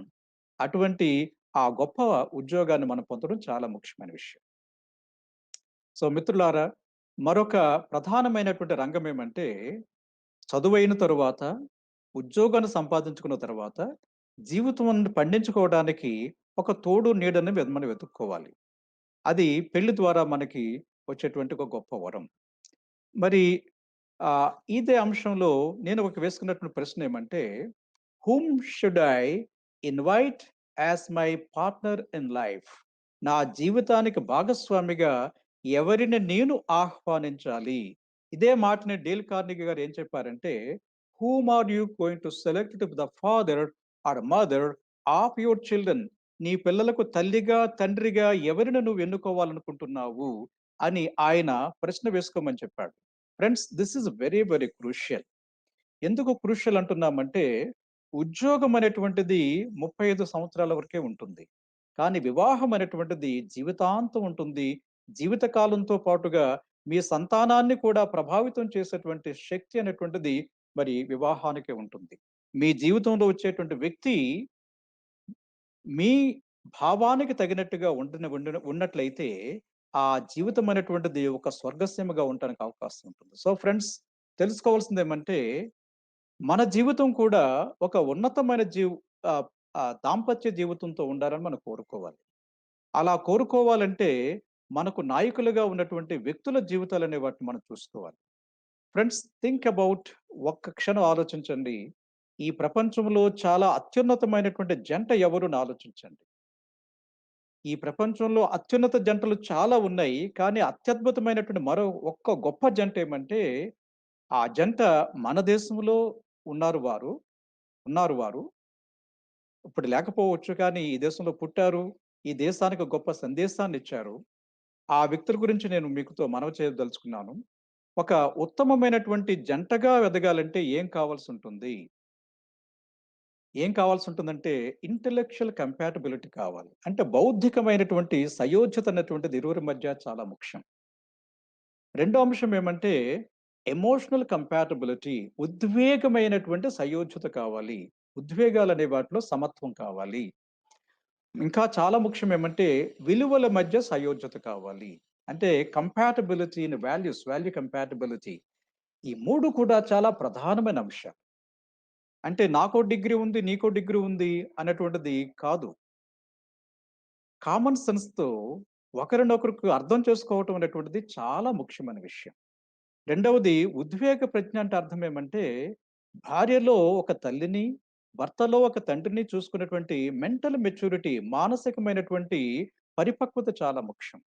ఇక మూడవదేమంటే విలువల సయోధ్యత. అంటే తాను దేనికోసం జీవిస్తున్నాడు. సో, ఉత్తమమైన జంటగా రాణించాలంటే ఇంటలెక్చువల్ కంపాటిబిలిటీ, మేధో సయోధ్యత, ఎమోషనల్ కంపాటిబిలిటీ, ఉద్వేగ సయోధ్యత, వాల్యూ కంపాటిబిలిటీ, విలువల సయోధ్యత. ఈ 3 అంశాలు ఎప్పుడైతే కలిసాయో, అదే చాలా ఉత్తమమైన జంటగా రాణిస్తుంది. అటువంటి జంట మనకుంది. వారిని అనుసరించినట్లయితే మన జీవితం ఒక స్వర్గసీమగా మారుతుంది. వారెవరో కాదు, మహాత్మా జ్యోతిబా ఫూలే, సావిత్రిబా ఫూలే. వీరిరువురి జీవితం అనే దాన్ని మీరు చదివినట్లయితే, వారి మధ్య దాంపత్యం అనేది ఎంత సుహృద్భావంతో సాగింది. ఎంత ఆనందంతో సాగిందో మనం తెలుసుకోవచ్చు. అటువంటి జీవితం మనకు కావాలంటే, ఈ సయోజతలనేవి చాలా ముఖ్యమైన విషయాలు. కాబట్టి, ఈ సయోజతలు మీరు సంపాదించుకోగలిగినట్లయితే, దాంపత్య జీవితంలో కూడా మీరు విజేతలుగా ఎదగటానికి అవకాశం ఉంటుంది. మరి అదైన తరువాత చాలా ప్రధానమైన మరొక అంశం ఏమంటే, on facing challenges in life. జీవితం అనేటువంటిది ఒక గులాబీ తోటలాగా ఏదో ఆనందప్రదంగా ఉండేటువంటిది కాదు. ఆ గులాబీకి వెనక ముళ్ళున్నట్టుగానే అనేక సంకటాలనేవి జీవితంలో ఎదురవుతుంటాయి. సవాళ్లు ఎదురవుతుంటాయి. ఈ సవాళ్ళనే వాటిని ఏ విధంగా అధిగమించాలో తెలుసుకోకపోయినట్లయితే, మనిషి అధపతుడయ్యే ప్రమాదాలు కూడా చాలా ఉంటాయి. కాబట్టి కావాల్సినటువంటిదేమంటే, ఒక ప్రశ్న వేసుకోవాలి. What is that? How can I overcome challenges, stress, worry and bounce back in my life? జీవితంలో ఎదురయ్యేటువంటి ఆ సవాళ్ళు కానీ, లేక ఆదుర్దాలు కానీ, ఇవన్నిటిని కూడా అధిగమించి నేను తిరిగి మళ్ళా యథాస్థానానికి రావటం ఏ విధంగా సాధ్యమవుతుంది అని ప్రశ్న వేసుకోవటం చాలా ముఖ్యమైనటువంటి అంశం. ఈ ప్రశ్న నేను చాలా చిన్నప్పుడు వేసుకున్నాను. ఈ చిన్నప్పుడు వేసుకొని వచ్చిన ఫలితం ఎలాగుందో మీకు చెప్పబోయే ముందు, ఈ ప్రశ్న వేసుకోవాలని చెప్పినటువంటి మహనీయుని ఒకసారి స్మరించుకోవటం చాలా ముఖ్యం. ఆయన పేరు క్యారియర్. Willis H. క్యారియర్. ఈ విల్లిస్ హెచ్. క్యారియర్ అంటే మీకు తెలియకపోవచ్చు కానీ, క్యారియర్ ఎయిర్ కండిషనర్ గురించి చెప్పినట్లయితే మీ అందరికి తెలుస్తుంది. అంటే ఈ ఎయిర్ కండిషనర్ అనే దాన్ని కనిపెట్టిన వ్యక్తి పేరే విల్లిస్ హెచ్. క్యారియర్. ఆయన చాలా యవ్వనంలో ఉండేటప్పుడు ఒక పరిశ్రమలో జాయినయ్యాడు. జాయినయినప్పుడు ఆయనకేసిన ప్రశ్నేమంటే ఈ ఎయిర్ కండిషనర్‌లో ఇంప్యూరిటీస్ లేకుండా చేయాలని చెప్పారనమాట. ఆ ప్రాజెక్ట్ అనేటువంటిది ప్రతి యువకుడికి కూడా ఒక ఛాలెంజ్ కాబట్టి, ఆ ప్రాజెక్ట్‌ని టేకప్ చేశారాయన. టేకప్ చేసి ఆయన ఆహ్, ముందుకు వెళ్ళే సందర్భంలో వైఫల్యం అనేది ఎదురైంది. అంటే ఈ గాట్ ఎ సెట్ బ్యాక్. ఆ సెట్ బ్యాక్ వచ్చిన తర్వాత ఇతడికి ఆకలి పోయింది, నిద్రపోయింది, ఆదుర్దాతో, ఆందోళనతో చాలా బాధపడుతూ ఉండేవాడు. అయితే వెంటనే అతడు ఒక ఒక భావానికొచ్చాడనమాట. ఇలా ఆదుర్దాతో, ఆందోళనతో ఉంటే నేను ఏమి సాధించగలను? కాబట్టి వీటి నుంచి నేను ఏ విధంగా అధిగమించగలను? అని అతడు కొన్ని ప్రశ్నలు వేసుకోవడం జరిగింది. ప్రశ్న వేసుకొని జవాబులు ఎతుక్కున్నాడాయన. What is the worst that can possibly happen as a result of this failure? ఈ వైఫల్యం మూలంగా వచ్చేటువంటి అనర్థం ఏమిటి? అని ఆయన ప్రశ్న వేసుకున్నాడనమాట. అంటే what is the worst that can possibly happen as a result of this failure? ఆ విధంగా ప్రశ్న వేసుకొని దానికి జవాబులనే వాటిని ఆయన వెతుకున్నాడు. ఆ జవాబులేంటో ఒకసారి చూద్దాం. Number 1, what is the worst that can possibly happen? అంటే ఎయిర్ కండిషనర్ అనేటువంటిది ఆహ్, మరి వైఫల్యం చెందటం వల్ల నాకొచ్చే అనర్థం ఏమిటి? ఓకే. నాకు రావాల్సిన ఇంక్రిమెంట్లు రాకపోవచ్చు. ఉద్యోగం పోతే పోవచ్చు. కానీ ఎవరు కూడా నన్ను జైల్‌లో పెట్టరు కదా! కాబట్టి నాకు వచ్చే అనర్థం ఏమీ లేదు. ఇక్కడ పోయినట్లయితే మరొక దాంట్లో వెతుక్కుంటాను అని ఒక నిశ్చయానికొచ్చాడు. Number 2, prepare to accept it if you have to. అంటే నీ వైఫల్యం అనే దాన్ని ముందు నువ్వు అంగీకరించాలి. వైఫల్యం అనే దాన్ని అంగీకరించినప్పుడు మాత్రమే నీతో నువ్వు సర్దుబాటు చేసుకోవడానికి అవకాశం ఉంటుంది. అలా అనుకుని కరియర్ తనతో తాను సర్దుబాటు చేసుకున్నాడు. అప్పుడు అతడికి ఆకలనేది తిరిగొచ్చింది, నిద్ర తిరిగొచ్చింది, చక్కగా భోంచేశాడు, ఆలోచించడం మొదలుపెట్టాడు. ఆలోచించడం ఎలా మొదలుపెట్టాడంటే then calmly proceed to improve on the worse. ఈ అనర్థం అనే దాని పైన మనం ఏ విధంగా ఫలితాన్ని మనం పొందగలము? ఈ అనర్థం అనే దాన్ని అధిగమించి ఫలితాన్ని ఏ విధంగా పొందగలము అని ఆలోచించిన తర్వాత, ఓకే. కాస్త దాంట్లో కానీ ఇన్వెస్ట్‌మెంట్ కానీ పెంచినట్లయితే ఫలితం వస్తుందని ఆయన గమనించాడు. ఆ విధంగా ఇన్వెస్ట్‌మెంట్ చేశారు. నష్టమంతా పూడ్చుకొని మళ్ళా లాభాలు రావటానికి అవకాశం ఏర్పడ్డది. ఈ విధంగా ఏమంటే what is the worst that can possibly happen? Prepare to accept it if you have to. Then calmly proceed to improve on the worst. ఈ 3 కానీ అమలు చేసినట్లయితే అద్భుత ఫలితాలొస్తాయి. నా జీవితంలో కూడా ఇటువంటి ఒక సవాలొచ్చింది. ఆ సవాలనే దాన్ని ఏ విధంగా అధిగమించానో మీకు నేను ఇక్కడ మనవి చేస్తాను. నేను బీకామ్ చెప్పాను కదా! బీకామ్ పూర్తి చేసిన తర్వాత లిటరేచర్ జాయిన్ కావడానికి ఎంఏ ఆంధ్ర యూనివర్సిటీలో ఎంఏకి నేను అప్లై చేశాను. అయితే అక్కడున్నట్టు రూల్స్ ప్రకారంగా ఏమంటే, బీఏ లిటరేచర్ చేసిన వాళ్ళందరికీ ఇచ్చేసిన తర్వాత ఏమైనా మిగిలితే మాత్రమే మిగతా వాళ్ళకిస్తారు. నేనెప్పుడు కూడా ఒకే ఒక కాలేజీకి అప్లై చేస్తుండేవాడిని. కాలేజీలో సీటొచ్చేది, చదివేవాడిని. కానీ ఎంఏకొచ్చిన తర్వాత నాకు 67% ఆహ్, మార్కులొచ్చినప్పుడు కూడా నాకు సీట్ రాకపోవటం, వెయిట్ లిస్ట్‌లో రావటం అది ఎలా అనిపించిందంటే వాట్ ఈస్ థిస్? ఏదో భూమి బద్దలయ్యి నేను లోపలికి వెళ్ళిపోతున్నంత బాధ కలిగిందన్నమాట. అటువంటి బాధలో నాకు విల్లిస్ హెచ్ కెరియర్ చెప్పినటువంటి ఫార్ములా గుర్తొచ్చింది. గుర్తొచ్చి అనుకున్నాను. What is the worst that can possibly happen? Okay. యూనివర్సిటీలో సీట్ రాదు. అప్పుడు నాకొచ్చే అనర్థం ఏమిటి? ప్రైవేట్‌గా చదవచ్చు కదా! ప్రైవేట్‌గా చదివి నేనేంటో ప్రూవ్ చేయడానికి నేను ప్రయత్నం చేయాలి అనే నిశ్చయానికొచ్చానన్నమాట. Prepare to accept it if you have to. నాకు ఐ హావ్ డిసైడెడ్ ఓకే. నాకు రాదు. సరే ప్రైవేట్‌గా నేను చదవాలి అని నేను అనుకున్నాను. అనుకుని ఏమైతే ఏమైందిలే ఒకసారి యూనివర్సిటీకి వెడదాం. వెళ్లి చూద్దాం. ఒకవేళ సీటొచ్చిందంటే చదువుదాం అనుకున్నాను. కానీ ఏమైంది? నా ముందు వరకు వచ్చి సీట్లన్నీ కూడా ఆగిపోయాయి. సరే ఇక మరి ఏం చేయాలి? యూనివర్సిటీ వదిలి వచ్చేయాలా? లేక యూనివర్సిటీలోను ఉన్నటువంటి అధికారులను మెప్పించి సీటు పొందాలా? అంటే డిఫీట్ అనేటువంటిది నేనెప్పుడు కూడా యాక్సెప్ట్ చేయను. ఓటమనే దాన్ని అంగీకరించను. కాబట్టి ఏం చేయాలి అని ఆలోచించి రిజిస్ట్రార్ గారిని, అలాగే యూనివర్సిటీలో ఉన్నటువంటి వైస్ ఛాన్సలర్ గారిని ఇద్దరిని కూడా నేను కలిసాను. కలిసి ఐ టోల్డ్ దెమ్ వారికి నేను మనవి చేశానన్నమాట. సార్ నాకు లిటరేచర్ అంటే చాలా చాలా ఆసక్తి. నేను బీకామ్ చేశాను. ఈ బీకామ్ మార్కులతో నాకు బీకామ్ మార్కులతో నాకు ఎంకామ్, ఎంబీఏలో సీటొచ్చే అవకాశం ఉంది. కానీ అటువంటి ఎంకామ్, ఎంబీఏల్లో వచ్చే సీటును వదులుకొని, నేను ఎంఏ లిటరేచర్ రావడానికి ఒక సంవత్సరం పాటు ఆగి, సిద్ధమయ్యి నేనిక్కడికొచ్చాను.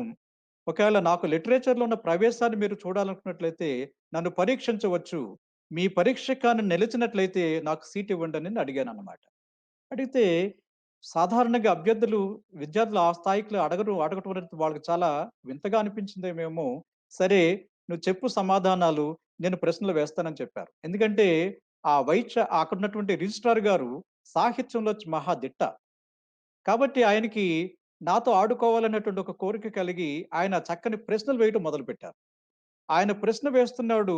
దానికి సమాధానం చెబుతూ వస్తున్నాను. దాదాపుగా గంటన్నర ప్రాంతం ఆయన టైం కూడా మర్చిపోయారన్నమాట. గంటన్నర ప్రశ్నలు వేసిన తర్వాత ఆయన ఒకే మాట చెప్పాడు. "అబ్బాయి, నువ్వు చెప్పినటువంటి ప్రశ్నలకి నేను వేసే ప్రశ్నలకు చెప్పిన జవాబులున్నాయే, అవి చాలా అద్భుతంగా అనిపిస్తున్నాయి. నీలాంటి వాడు ఈ యూనివర్సిటీలో ఉండాలి" అని ఆయన చెప్పారు. చెప్పిన తర్వాత ఆయన వైస్ ఛాన్సలర్‌ని ఒప్పించి, అలాగే హెడ్ ఆఫ్ ది డిపార్ట్మెంట్‌ని కూడా ఒప్పించి, సరే సీట్ ఇస్తాను అని చెప్పారు. ఆయన సీట్‌ని ఆ విధంగా నాకు రావాల్సినటువంటి సీట్ నాకక్కడ వచ్చింది. వచ్చిన తరువాత యూనివర్సిటీ ప్రథముడిగా I got the university first. అది ఎలా వచ్చిందంటే because of my passion towards the subject. అంటే అర్థం ఏమంటే, మనం ఎప్పుడు కూడా ఒక సబ్జెక్ట్ మీద ఆసక్తిని కలిగినట్లయితే, ఈ ప్రకృతి మనకు సహకరిస్తూ ఉంటుందన్నమాట. ప్రకృతిలో చాలా మంది వ్యక్తులు మనకు సహకరిస్తారు. మనం విజేతలుగా నిలవటానికి వాళ్ళు ఉపకరిస్తారు. కాబట్టి ఫ్రెండ్స్ రిమెంబర్, జీవితంలో అనేక సమస్యలు వస్తుంటాయి. సమస్యలనే వాటిని చూసి పారిపోవటం కాకుండా, సమస్యలనే వాటిని ఎదుర్కోవాలి. We have to face the problems head on. ఆ విధంగా చేసినట్లయితే విజయం సాధించటం చాలా చాలా తేలిక. అది ఎవరైనా సరే సాధించడానికి అవకాశం ఉంటుంది. జీవితంలో అనేక రకాలైనటువంటి సమస్యలను ఎదుర్కొన్నాను. ఈ ఫార్ములాతో వాటన్నిటిని కూడా అధిగమించాను. I am now very very happy. ఎందుకంటే ఒక ఆయుధం, ఈ ప్రశ్నలకు జవాబులు వెతుక్కోవటం ఆయుధం నా దగ్గరుంది కాబట్టి నేను ఆ విధంగా ఉండగలిగాను. ఇది నాలుగో ప్రధానమైన అంశం. ఇక జీవితంలో చాలా ప్రధానమైన మరొక రంగం ఏమంటే దట్ ఈస్ కాల్డ్ ఫైనాన్స్. ఆర్థిక పరమైన అంశాలు. మరి పేదరికం అనేటువంటిది ఈ దేశంలో ఉందని అంటుంటారు. ఏ దేశంలో అయినా పేదరికం ఉంటుంది. పేదవాళ్ళుంటారు. కానీ పేదరికంలో పుట్టటం పాపం కాదు. అది శాపము కాదు. కానీ పేదరికంలో చనిపోవటం మాత్రం తప్పనిసరిగా అది పాపమే, శాపంగానే భావించాలి. ఎందుకంటే డబ్బు సంపాదన కూడా ఒక విద్య, ఒక కళ. ఆ కళ గురించి చాలా మందికి తెలియదు. ఎందుకంటే తల్లిదండ్రులన్న వాళ్ళకి తెలియదు పాపం. ఇక టీచర్స్ అన్న వాళ్ళకి తెలియదు. ప్రొఫెసర్స్‌కి తెలియదు. సమాజంలో చాలా మందికి తెలియదు. తెలిసిన వాళ్ళు చెప్పరు. అందువల్ల ఒక అజ్ఞానాంధకారంలోనే మనం అలా కొట్టుమిట్టాడుతూ జీవితాన్ని గడిపేస్తుంటాం. అలా కాకుండా మనకి పాశ్చాత్య సమాజాల్లో ఉండేవారిని చూసినప్పుడు మనకు తెలిసొచ్చేదేమంటే, వాళ్ళకి తెలిసిన ప్రతి అంశాన్ని కూడా ఇతరులతో పంచుకుంటారు. లేదా పుస్తకాన్ని రాసి అమ్మి వాళ్ళందరికీ కూడా ప్రచారం చేస్తారు. ఆ విధంగా friends, I would like to tell you here, మీ అందరికీ కూడా ఒక చక్కని పుస్తకాన్ని, ఇన్‌ఫాక్ట్ 3 పుస్తకాలనే వాటిని మీకు పరిచయం చేస్తాను. ఇవి కేవలం పుస్తకాలు కాదు. మస్తకాల నుంచి వచ్చిన పుస్తకాలు కాదు. జీవితానుభవం నుంచి వచ్చినటువంటి గొప్ప అద్భుతమైన గ్రంథాలు. ఈ గ్రంథాలనే వాటిని మీకెందుకు నేను చేస్తున్నానంటే, వీటి గురించి చాలా మంది మీకు చెప్పరు. వాటి గురించి మీకు తెలియదు. కాబట్టి ఆర్థిక పరంగా మీరు ఎదగాలి. సామాన్యుడైన ఒక రిక్షా కార్మికుడు కూడా కోటీశ్వరుడిగా ఎదగాలంటే ఏం కావాలి? అన్నటువంటి ఒక గొప్ప విషయాన్ని మీతో నేను పంచుకోదలుచుకున్నాను. ఇక్కడ ఒక పుస్తకాన్ని మీకు పరిచయం చేస్తున్నాను. ఆ పుస్తకం పేరు, అంటే నాకు వేసుకున్న ప్రశ్న ఏమంటే, why India is rich but Indians are poor. అంటే ఇండియా చాలా ధనవంతమైన దేశం. కానీ ఇండియాలో ఉండే వాళ్ళందరూ కూడా పేదవాళ్ళుగా ఎందుకున్నారు అన్నట్టు మొట్టమొదటి ప్రశ్న. రెండవది, how can I become rich and lead a comfortable life. నేను కూడా మిగతా వాళ్ళ ధనవంతుడిగా ఉండాలంటే ఏం చేయాలి? ఒక ధనవంతమైన, ఒక సౌఖ్యవంతమైన జీవితాన్ని ఏ విధంగా గడపాలి అని ప్రశ్న వేసుకోవటంతో నాకు లభ్యమైనటువంటి సమాధానాలే మీకు నేనిక్కడ చెప్పదలుచుకున్నాను. ఇక్కడ మొట్టమొదటి book 'the richest man in బాబిలన్'. 'The richest man in బాబిలన్' ఈ పుస్తకాన్ని రాసిన వ్యక్తి జార్జ్ ఎస్. క్లాసన్. ఈ జార్జ్ ఎస్. క్లాసన్ ఏదో ఆహ్, ఒక గ్రంథాలయంలో కూర్చొని పుస్తకం రాయలేదు. ఆయన ఇరాక్‌లో ఉన్నటువంటి బాబిలోనియా అనే సంస్కృతి అనే దాన్ని ఆయన స్టడీ చేసి, ఆ బాబిలోనియన్స్ అన్న వాళ్ళు వాళ్ళ విజ్ఞానం అనే దాన్ని టాబ్లెట్స్ రూపంలో పదిలపరిచారు. 2000 అంటే దాదాపుగా 5000 సంవత్సరాల క్రితం నుంచి వాళ్ళు సంపాదించిన విజ్ఞానాన్నంతటిని కూడా టాబ్లెట్స్ రూపంలో పొందుపరిచారు. అవి మనకి ఆస్తిగా వదిలి వెళ్ళిపోయారు. ఆ టాబ్లెట్స్‌లో ఉన్నటువంటి జీవిత రహస్యాలన్నిటిని కూడా ఆయన పుస్తకంగా తీసుకొచ్చాడు. అద్భుతమైన బుక్కు. ఆ పుస్తకాన్ని చదివినట్లయితే ఒక గొప్ప సినిమాను చూసిన అనుభూతి లభ్యమవుతుంది. అంతకు మించి గొప్ప విజ్ఞానాన్ని సంపాదించుకొని ఆర్థికంగా మనము సంపన్నులు కావడానికి మార్గం సుగమమవుతుంది. ఆ పుస్తకాన్ని రాసిన వ్యక్తిని కూడా ఒకసారి చూద్దాం. ఆయన పేరు George Clason. Money is plentiful for those who understand the simple laws which govern its acquisition అని మాట చెప్పాడాయన. ఆ ప్రిన్సిపల్ అనే దాన్ని అనేక వేల మంది అమలు చేశారు. అమెరికా ఈ రోజున సుసంపన్నమైన దేశంగా ఉండడం గల కారణం ఏమంటే, ఆ పుస్తకమే. 1926లో ఆ పుస్తకాన్ని బ్యాంకర్సు, అలాగే ఇన్స్యూరెన్స్ కంపెనీ వారు, ఇంకా చాలా మంది మేధావులందరూ కూడా ప్రజలకు పంచారు. అది చదువుకున్న అమెరికన్స్ వాళ్ళందరూ కూడా ఈ రోజున ధనవంతులుగా మారటానికి కారణమయ్యింది. సో ఫ్రెండ్స్, మనం కూడా ఈ పుస్తకాన్ని చదివి అమలు చేసినట్లయితే మనం కూడా రిచెస్ట్ పీపుల్ కావటానికి అవకాశం ఉంటుంది. మరి అమెరికాలో ఉన్నటువంటి మరొక గొప్ప వ్యక్తి ఆయన పేరు Robert Kiyosaki. Robert Kiyosaki 'rich dad poor dad' అనే పుస్తకాన్ని రాశాడు. కొన్ని లక్షల ప్రతులు అమ్ముడుపోయిన పుస్తకం ఇది. అంతే కాకుండా ఈ పుస్తకంలో 'ద రిచెస్ట్ మ్యాన్ ఆఫ్ బాబిలన్' చెప్పినటువంటి విషయాలనే వాటిని పునరుద్ఘాటిస్తూ ఇంకా అద్భుతమైనటువంటి అంశాలన్నీ వాటిని ఆయన పొందుపరిచాడు. ఈ పుస్తకం కూడా మన జీవితాన్ని మార్చేస్తుంది. ఇంకా ప్రధానమైన మరొక బుక్ ఏమంటే ఆయన పేరు థామస్ స్టాన్లీ. థామస్ స్టాన్లీ ఆయన అద్భుతమైన పుస్తకాలు రాసారు. ఇవన్నీ కూడా ఆయన రాసిన పుస్తకాలు. అందులో మంచి బుక్ ఏమంటే 'ద మిలియనేర్ నెక్స్ట్ డోర్'. ఈ పుస్తకం అనే దాన్ని 20 సంవత్సరాలు పరిశోధన చేసి, ఒక ధనవంతుడైనటువంటి వ్యక్తికి ఏ లక్షణాలు ఉంటాయి, ఏ లక్షణాలు అలవర్చుకోవాలో ఆయన చెప్పారు. ఈ 3 పుస్తకాలు చదివినటువంటి వ్యక్తి జీవితంలో అత్యద్భుతంగా రాణించటానికి అవకాశాలుంటాయి. కాబట్టి ప్రశ్న ఏమేసుకోవాలి? నేను కూడా ధనవంతుడుగా ఏ విధంగా ఉండాలి అని ప్రశ్న వేసుకోవాలి. మరి ధనవంతుడు కావడానికి ఏం చేయాలి అన్న దానికి మరొక సమాధానం చెప్పిన మరొక వ్యక్తి ఎవరంటే ఆయన పేరు రాబర్ట్ యాలన్. ఈ రాబర్ట్ యాలన్ అన్న వ్యక్తి ఒక ప్రశ్న వేశాడు. How can I develop multiple streams of income? అంటే నాకొచ్చేటువంటి జీవిత జీతం అనే దాన్ని అనేక మార్గాలలో ఎలా సంపాదించుకోవాలి? చట్టబద్ధంగా ఉండి అనేక మార్గాలలో ఏ విధంగా సంపాదించుకోవాలి అని ప్రశ్న వేసుకోండి. అలా ప్రశ్న వేసుకున్నట్లయితే జవాబు వస్తుందని చెప్పారాయన. జవాబు ఎక్కడి నుంచొస్తుంది? జవాబు అన్నటువంటిది 'ద రిచెస్ట్ మ్యాన్ ఆఫ్ బాబిలాన్‌లోనే' ఆ జవాబు దొరికిందనమాట. అంటే ఆయన వేసే ప్రశ్న how can I develop multiple streams of income అనే దాన్ని ప్రశ్న వేసుకుంటే జవాబు ఎక్కడ దొరుకుతుందంటే 'the richest man of Babylonia' అనే పుస్తకంలో దొరుకుతుంది. అందులో ఒక గొప్ప క్యారెక్టర్ 'ద రిచెస్ట్ మ్యాన్' పేరేమంటే అర్కడ్. ఆయన పేరు అర్కడ్. అర్కడ్ ఏం చెప్పాడంటే, "ఇంక్రీజ్ యువర్ ఎర్నింగ్ కెపాసిటీ." మీరు సంపాదించుకునే శక్తి సామర్థ్యాన్ని పెంచుకోండి. సంపాదించుకునే శక్తి సామర్థ్యాన్ని పెంచుకోవడం అంటే ఏమిటి? మీకొక ఉద్యోగం చేస్తున్నారు. ఆ ఉద్యోగానికి ఏం కావాల్సుంటుంది? కొన్ని స్కిల్స్ అవి మీరు నేర్చుకుంటారు. సరే ఉద్యోగంలో మీకు నెలకి ఒక 25,000 సాలరీ వస్తుంది. అయితే ఈ 25,000తో సంతృప్తి పడిపోయి మీరక్కడ ఆగిపోయినట్లయితే, మీరక్కడే ఎక్కడేసిన గొంగళి అక్కడవుతుంది. అలా కాకుండా కొన్ని కొత్త స్కిల్స్ నేర్చుకోండి. ఆ కొత్త స్కిల్స్ నేర్చుకోవడం మూలంగా నెలకు మీకు ఒక 5,000 అదనంగా సంపాదించడానికి అవకాశం వస్తుంది. ఇంకొక స్కిల్ నేర్చుకోండి. ఇంకొక 5,000 నేర్చుకోండి. 5,000 సంపాదించొచ్చు. ఇలాగా మీకు సంపాదించేది 25,000 అయినట్లయితే, ఇంకొక 25,000 అనే దాన్ని చట్టబద్ధంగా సంపాదించడానికి నేనేం చేయాలని ఆలోచించాలి. ఉదాహరణకి ఒక గవర్నమెంట్ ఉద్యోగి ఉన్నాడనుకోండి. గవర్నమెంట్ ఉద్యోగికి సాలరీ తప్ప మరొక విధంగా అతనికి ఏ విధమైనటువంటి ఆర్థిక వనరు రాదు. కానీ ఆ వ్యక్తి ఒక గవర్నమెంట్ ఉద్యోగి తన ఉద్యోగంలో మంచి విజ్ఞానాన్ని సంపాదించుకొని కమ్యూనికేషన్ స్కిల్స్ కానికి వచ్చినట్లయితే అతడు ట్రైనింగ్ ఇవ్వటానికి అతనికి అవకాశం వస్తుంది. ఆ ట్రైనింగ్ ద్వారా అతడికి రెమ్యునరేషన్స్ వస్తాయి. కేవలం తన డిపార్ట్మెంట్‌లోనే కాకుండా ఇతర డిపార్ట్మెంట్స్‌లో కూడా ట్రైనింగ్ ఇవ్వచ్చు. ఎంసీఆర్ లాంటి దాంట్లో ట్రైనింగ్ ఇవ్వచ్చు. పోలీస్ అకాడమీకెళ్ళొచ్చు, ముస్సోరీకెళ్ళొచ్చు. అద్భుతమైనటువంటి అవకాశాలు అక్కడ అందిపుచ్చుకోవచ్చు. అతడు పుస్తకాలు రాయొచ్చు. పుస్తకాల ద్వారా మరి ధనాన్ని సంపాదించవచ్చు. అతడు తన స్కిల్ అనే దాన్ని ఉపయోగించుకుని ఇంకా పైకి వెళ్ళటానికి అనేక మార్గాలుంటాయి. కాబట్టి నైపుణ్యాలనే వాటిని నేర్చుకుంటూ యువర్ ఎర్నింగ్ కెపాసిటీ మీకు ఎర్నింగ్ కెపాసిటీ గాని మనం పెంచుకోగలిగినట్లయితే డబ్బనేటువంటిది అత్యద్భుతంగా రావటానికి అవకాశం ఉంటుంది. ఇక దాంట్లో ఏమేమి చెప్పారు? 3 అంశాలు ఫ్రెండ్స్. మీరెప్పుడు గుర్తుపెట్టుకోండి.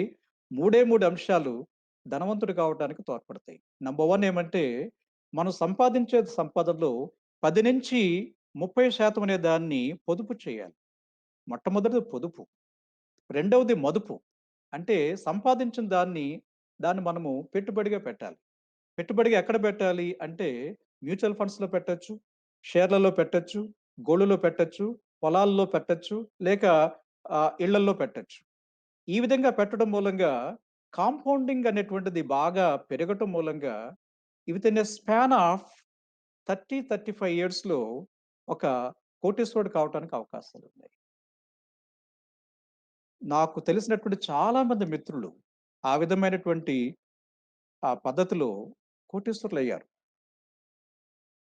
నాకు తెలిసినటువంటి ఈ ఫైనాన్షియల్ ఇన్‌స్టిట్యూషన్స్‌లో చాలా మంది చెప్పే అంశం ఏమంటే 30 ఏళ్ల టైంలో మీరు కోటీశ్వరులు అవ్వటానికి అవకాశం ఉంటుంది. నెలకి మీరు 5,000 కానీ ఆదా చేయగలిగితే 35 సంవత్సరాల తరువాత అంటే 5,000 అలాగే ఇన్వెస్ట్ చేసుకుంటూ మంచి దాంట్లో ఇన్వెస్ట్ చేసుకుంటూ వచ్చినట్లయితే 35 ఏళ్ల తరువాత మీ సంపద దాదాపుగా 10,00,00,000 పెరిగే అవకాశం ఉంటుంది. This is the power of compounding.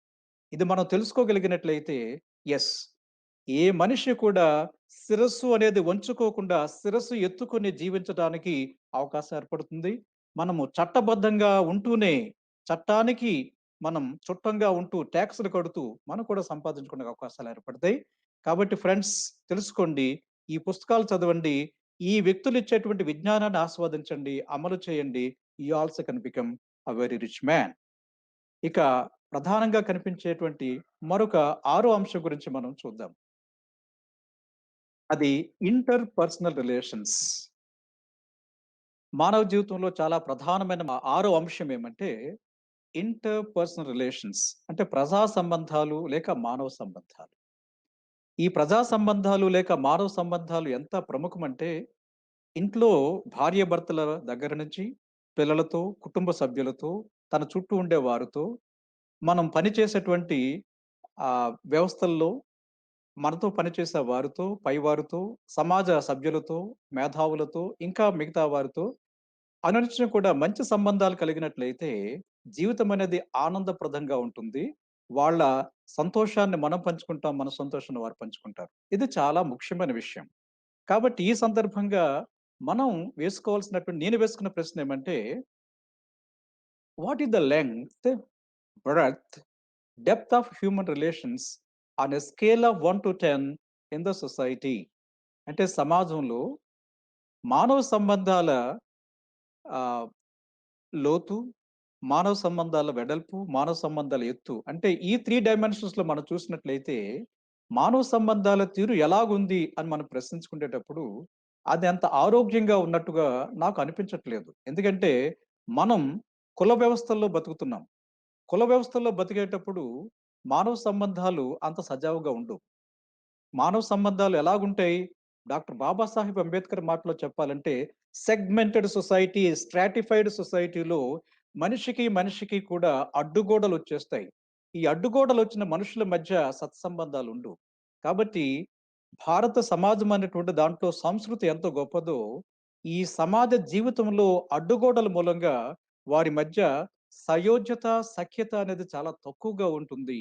అలా తక్కువగా ఉండేటప్పుడు మనుషులు ఇంటిమేట్‌గా కాకుండా, మనుషులు ఒకళ్ళ మీద ఒకళ్ళు కొన్ని కుయుక్తులు పన్నుకుంటూ, కొన్ని క్రీడలు చేస్తూ, వారిని ఓడించడానికి ప్రయత్నాలు చేస్తూ ఉంటారు. అటువంటి ఒక అనారోగ్యకరమైన పరిస్థితిని మనం తొలగించుకోవాలి అనేటువంటిది చాలా ముఖ్యంగా మనం ఆలోచించుకోవాలి.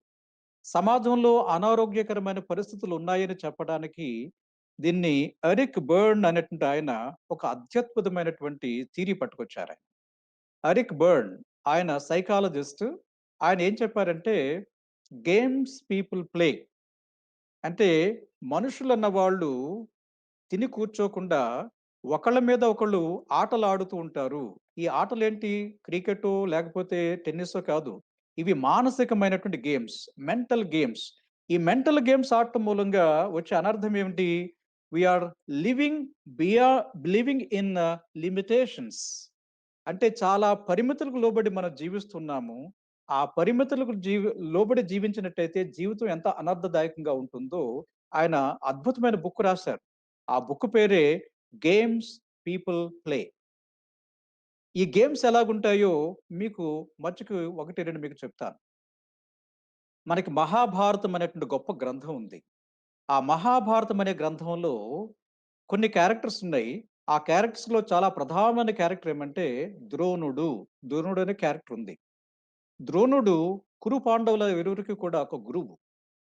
ఆ గురువు అర్జునుడు అనేవాడిని చాలా చక్కగా లైక్ చేస్తాడు. లైక్ చేసి అర్జునుడికి ఒక మాటిచ్చాడు. "అర్జునా! నిన్ను ఈ ప్రపంచంలోనే గొప్ప విలుకాడిని చేస్తాను" అని మాటిచ్చాడు. అర్జునుడు కూడా చాలా సంతోషించి విలువిద్య నేర్చుకుంటున్న సందర్భంలో ఒక రోజున వీరిరువురు కూడా అడవికి వెళ్లారు. అడవికి వెళ్ళినప్పుడు అక్కడ ఏకలవ్యుడు అనేటువంటి ఒక వ్యక్తిని చూశారు. అతడు అత్యద్భుతమైనటువంటి విద్యా ప్రావీణ్యత ప్రదర్శిస్తున్నాడు. విలువిద్యా ప్రాధాన్యత చేస్తున్నాడు. ఆ విలువిద్యను చూసిన వెంటనే అర్జునుడికి ఏమనిపించిందంటే, ఇతడి ముందు నేను ఏమాత్రం కూడా పనికిరాను అని అనుకుని ద్రోణుడితో చెప్పాడు. ద్రోణాచార్య, ఇతడెవరో కానీ గొప్ప విలువిద్య ప్రదర్శిస్తున్నాడు. ఇతడి ముందు నేనెంత అని చెప్పాడు. సరే వీళ్ళిరువురు కూడా ఈ కుర్రవాడికి విలువిద్య చెప్పే గురువెవరో తెలుసుకోవాలనే ఉద్దేశంతో ఇద్దరు కూడా ఆ కుర్రవాడి దగ్గరికెళ్ళాడు. వెళ్ళిన వెంటనే ఆ కుర్రవాడు ద్రోణాచార్యుడికి పాదాల మీద పడి, "ఆచార్య, నా జన్మ సార్థకమైంది, ధన్యమైంది. మీరే నాకు గురువు. మీ నుంచే ఈ విద్య నేర్చుకున్నానని" చెప్పాడు. ద్రోణాచార్యుడికి ఆశ్చర్యం వేసింది. అర్జునుడికి అసూయ వేసింది. ఎందుకోసం? ఏనాడు కూడా ద్రోణుడు ఏకలవ్యుడికి ఆ విద్య చెప్పలేదు. కానీ ఏకలవ్యుడు ద్రోణుడినే తన గురువుగా భావించి ఒక విగ్రహాన్ని ఏర్పాటు చేసుకొని, అతడిని ఊహించుకుంటూ విలువిద్య నేర్చుకున్నాడు. దీన్ని ఆధునికంగా చెప్పాల్సొచ్చినట్లయితే ఎన్ఎల్‌పిలో న్యూరో లింగ్విస్టిక్ ప్రోగ్రామింగ్‌లో మోడలింగ్ ఎక్సలెన్స్ అని పిలుస్తారు. అంటే మనం విజయం సాధించాలంటే, విజేతలైన వాళ్ళు ఏ విధంగా అయితే విజయాన్ని సాధించారో, అవే మార్గాలను మనం కూడా అనుసరించినట్లయితే, మనం కూడా విజయాన్ని సాధించి తీరుతాం. 'సచిన్ టెండూల్కర్' లాగా ఒక గొప్ప ఒక బ్యాట్స్‌మన్ కావాలంటే, అతడు ఏ విధంగా బ్యాటింగ్ చేస్తాడో తెలుసుకున్నట్లయితే మనం కూడా ఆ విధంగా కావచ్చు. This is the science today. Neuro linguistic programming. ఆ విషయాన్ని ఏకలవ్యుడు అర్థం చేసుకొని ఆ విధంగా ద్రోణుడిని అనుకరిస్తూ విలువిద్య నేర్చుకున్నాడు. అయితే తాను శిష్యుడికి ఒక మాటిచ్చాడు. అందువల్ల ఇక్కడ ద్రోణుడు చేసినటువంటి ద్రోహాన్ని మనం చూడాలి. ద్రోణుడు ఏం చేశాడు? సరే నా నుంచి విలువిద్య నేర్చుకున్నావు కాబట్టి, నువ్వు నాకు గురుదక్షిణ ఇవ్వాలి. గురుదక్షిణ ఏం కావాలో కోరుకో మహాప్రభువు. నీకు ఈ దుంపలు కావాలా? తేనె కావాలా? అని చాలా అమాయకంగా అడిగాడు. కానీ ద్రోణుడు ఏం కోరాడు? నీ బొటనవేలు విలువిద్యకి ఆస్కారంగా, ఆలవాలంగా ఉండే నీ బొటనవేలు ఇవ్వని కోరాడు. సత్యసంధుడుగా ఉన్నటువంటి ఏకలవ్యుడు ఏం చేశాడు? తన బొటనవేలు కోసి ఇచ్చేసాడు గురువుకి. ఇక్కడ గురువు చేసినటువంటిదేమిటంటే mind game. He played a game with Ekalavya. అయితే గేమ్స్ ఆడే వాళ్ళపై ఎప్పుడు కూడా వాళ్ళు సౌఖ్యంగా ఉండలేరు. గేమ్స్ ఆడేటువంటి వ్యక్తుల పైన మరొక వ్యక్తి గేమ్ ఆడుతూనే ఉంటాడు. ఆ గేమ్‌ని శ్రీకృష్ణుడు ద్రోణుడితో ఆడాడు. ఎక్కడ? కురుక్షేత్ర యుద్ధంలో ఆడాడు. కురుక్షేత్ర యుద్ధంలో భీష్మాచార్యుడు అంపశయ్య మీద చేరిన తర్వాత సైన్యాధ్యక్షుడిగా వచ్చినవాడు ద్రోణాచార్యుడు. ఈ ద్రోణాచార్యుడు తన విలువిద్యతో పౌ ఆహ్, పాండవ సేనను చెండాడుతున్న సందర్భంలో కృష్ణుడు ధర్మరాజుని పిలిచి చెప్పాడు. "ధర్మరాజా, ఇదే విధంగా ద్రోణాచార్యుడు విజృంభించినట్లయితే ఈ యుద్ధం ఈ రోజుతో సమాప్తమైపోతుంది. కాబట్టి మనం ఒక కొత్త వ్యూహాన్ని అనుసరించాలి. ఆ వ్యూహం ఏమంటే నువ్వు నేను చెప్పినట్టుగా ఆచరించాలి" అని చెప్పి భీముడిని పిలిచి, "భీమా, అక్కడ ఏనుగుంది. ఆ ఏనుగును సంహరించు" అని చెప్పాడు. భీముడు ఆ విధంగానే ఏనుగుని చంపేశాడు. చంపేసిన తర్వాత ఇక్కడ ధర్మరాజుతో ఏం చెప్పాడంటే, "ధర్మరాజా ఇప్పుడు చెప్పు నువ్వు. బిగ్గరగా చెప్పు. ఏం చెప్తావు? అశ్వత్థామ అతహ అని చెప్పు." ఎందుకంటే ఆ చనిపోయిన ఏనుగు పేరు అశ్వత్థామ. అయితే నువ్వు అబద్ధం ఆడవని విషయం నాకు తెలుసు కాబట్టి, అశ్వత్థామ అతహ అని గట్టిగా చెప్పు. కుంజరహ అని మెల్లగా చెప్పు. నీకు ఏ విధమైన అనృతం కూడా అంటుకోదు అని చెప్పాడు. ధర్మరాజు ఆ విధంగానే చేశాడు. అశ్వత్థామ అతహ అన్న మాట గట్టిగా చెప్పడం వల్ల, ఆ మాటల వరకే విని ద్రోణాచార్యుడు అస్త్ర సన్యాసం చేశాడు. ఆ విధంగా అతడు యుద్ధంలో అతడు మృత్యువాత పడ్డాడు. అంటే ఏ మైండ్ గేమ్ ద్వారా ఏకలవ్యుణ్ణి అతడు చరిత్ర హీరో చరిత్రలో లేకుండా చేయగలిగాడో, అదే గేమ్ ద్వారా కృష్ణుడు ద్రోణాచార్యుడిని లేకుండా చేయటం జరిగింది. This is called game playing mentality. Friends, దేశానికి మధ్య, రాష్ట్రానికి మధ్య, కులానికి మధ్య, కుటుంబానికి మధ్య, వ్యక్తుల మధ్య ఇటువంటి గేమ్స్ ఆడటం మూలంగా మనలో ప్రజా సంబంధాలనేవి లుప్తమైపోతూ ఉన్నాయి. ఈ లుప్తమైపోతున్నటువంటి ఈ మానవ సంబంధాలను పునరుద్ధరించుకోవాల్సిన బాధ్యత మనందరి మీద ఉంది. అదెలా సాధ్యమవుతుంది? Living beyond games. గేమ్స్ ఆడేటువంటి తత్వం కాకుండా అందరితో కూడా సయోజితగా ఉండాలి. How can I live with beyond games? ఈ ఆటలాడే క్రీడా తత్వం కాకుండా అందరితో కూడా సన్నిహితంగా ఉండడానికి ఏ విధంగా ప్రయత్నం చేయాలి అని ఎవరైతే అనుకుంటారో, ఎప్పుడైతే అనుకుంటారో ఆ వ్యక్తులు అద్భుతమైన జీవితాన్ని గడుపుతారు. మానవ సంబంధాలు సజావుగా ఉండాలంటే గేమ్ ప్లేయింగ్ మెంటాలిటీ కాకుండా అందరితో కూడా సన్నిహితంగా ఉండాలనే భావనను ఏర్పాటు చేసుకోవాలి. ఇది ఆరో అంశం. ఇక జీవితంలో చాలా ప్రధానంగా ఉండే మరొక్క మాట ఏమంటే work life balance. Work life balance అంటే అర్థం ఏమంటే, మనం 21వ సంవత్సరం దగ్గర నుంచి 65 సంవత్సరాల వరకు కష్టించి పని చేస్తుంటాం. అలా పని చేసే కొన్ని సందర్భాల్లో ఏమవుతుందంటే, పని చాలా కేంద్రికంగా మారి, పని కోసమే జీవితాన్ని అంకితం చేసి వేసి, జీవితంలో సాధించాల్సిన చాలా అంశాలను మనం మర్చిపోతుంటాం. ఒక మంచి కుటుంబం, ఆ కుటుంబ సంబంధాలు మనం నెరపం. ఒక్కొక్కసారి మన శరీరం పట్ల మనం శ్రద్ధ వహించకపోవటం మూలంగా పెద్ద బాణల్లాంటి పొట్టలు వచ్చి, మనం ఆయాసపడేటువంటి అనర్థాలొస్తుంటాయి. మనం ఎంతో సాధించాలనుకుంటాం. ఎంతో నేర్చుకోవాలనుకుంటాం. గానం చేయాలనుకుంటాం. నాట్యం చేయాలనుకుంటాం. మరి జ్ఞానం సంపాదించాలనుకుంటాం. ఇవన్నీ కూడా సంపాదించలేం. లైఫ్ అనేటువంటిది అలా కరిగిపోతూ ఉంటుంది. అలా కరిగిపోకుండా అనుకున్నవన్నీ కూడా సాధించాలంటే వర్క్ లైఫ్ బ్యాలెన్స్ దాన్ని దృష్టి పెట్టుకోవడం చాలా ముఖ్యం. మనం ఒక ప్రశ్న వేసుకోవాలి. నేను ఆ ప్రశ్న వేసుకున్నాను కాబట్టి మీకు చెప్పదలుచుకున్నాను. How can I emerge as a professional in my work and become a multifaceted personality thereby strike a balance in my life? అంటే కేవలం పని అంటూ కాకుండా, నా జీవితంలో నేను సాధించాలనుకున్న అన్నిటిని కూడా ఈ టైంలోనే ఎలా బ్యాలెన్స్‌డ్‌గా సాధించగలను అని ప్రశ్న వేసుకున్నాను. ఫ్రెండ్స్, మీ అందరూ కూడా ఒక సినిమా చూసుంటారు. 'బేబీ ఓ బేబీ' అనే సినిమా. ఈ మధ్యే విడుదలైంది. అందులో దాదాపుగా 70 ఏళ్ల వయసొచ్చినటువంటి ఒక ముసలి ఆహ్, స్త్రీ 24 ఏళ్ల పడుచు అమ్మాయిగా మారిపోవటం, మారిపోయిన తర్వాత ఆ అమ్మాయి తన జీవితాన్ని ఏ విధంగా గడపాలనుకుంటుందో అదంతా కూడా అద్భుతంగా చేశాడండి. ఈ సినిమా తీయటానికి ప్రేరణగా పనికొచ్చేటువంటిదేమంటే ఒక ప్రశ్నుంది. ఆ ప్రశ్న వేసిన వాడు డాక్టర్ జెరాల్డ్ బెల్. ఈ ప్రశ్న వేసిన వాడు డాక్టర్ జెరాల్డ్ బెల్. బెల్ వేసినటువంటి ప్రశ్న ఏమంటే, "if you could live your life over, what would you do differently?" ఈ ప్రశ్న ఎవరికేసాడంటే 70 ఏళ్ల వయసొచ్చినటువంటి 4000 మంది సీఈఓలకి ఈ ప్రశ్న వేశాడు. సీఈఓ అంటే ఒక కంపెనీకి అధినేత. వాళ్ళు 70 ఏళ్ళయిన తర్వాత రిటైర్ అవుతారు. అలా రిటైర్ అయినటువంటి ఆ ముసలి వాళ్ళకి ఈ ప్రశ్న వేశాడీయన. ఏ ప్రశ్న వేశాడు? If you could live your life over, మీరు 70 ఏళ్ల వయసులో ఉన్నారు కదా! మళ్ళా మీరు 25 ఏళ్ల వయసు కానీ వచ్చేసినట్లయితే, మీరు ఏ విధంగా జీవించారో అలాగే మళ్ళా తిరిగి జీవిస్తారా?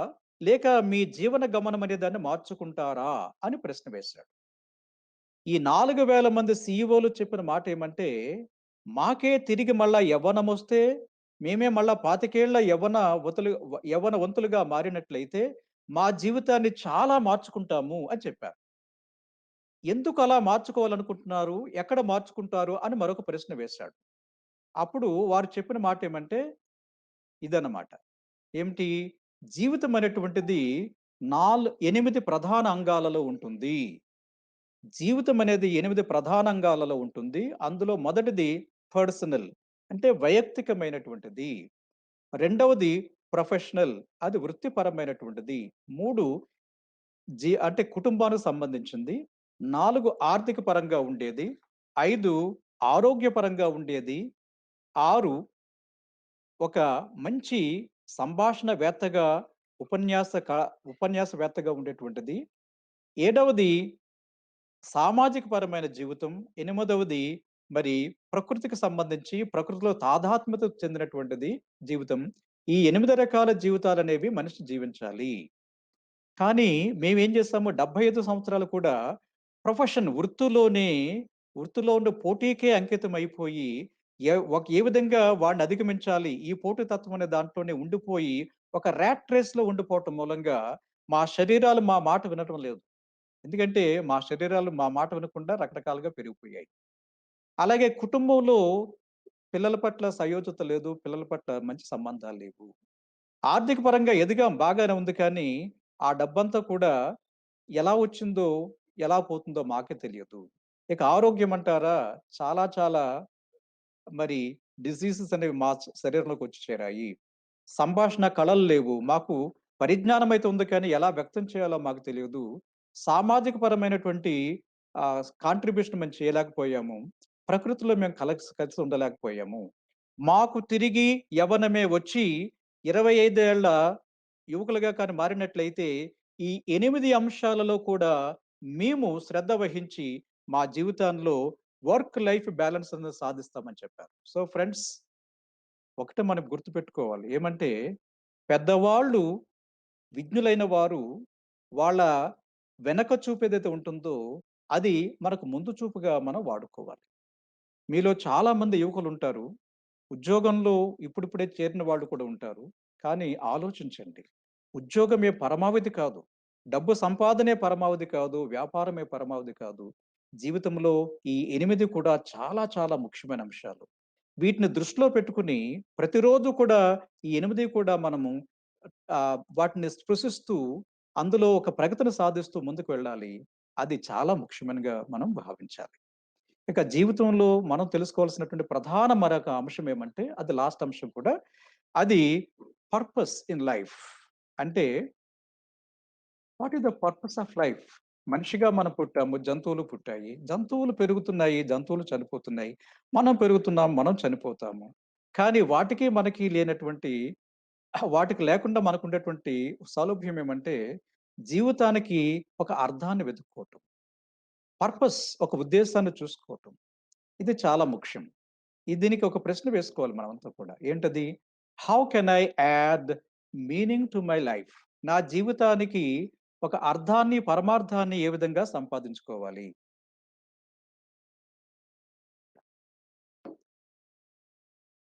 నేను చాలా చిన్నప్పుడే ఒక ప్రశ్న ఏసుకున్నాను. ఆ ప్రశ్న ఏమంటే, if who am I is what I have.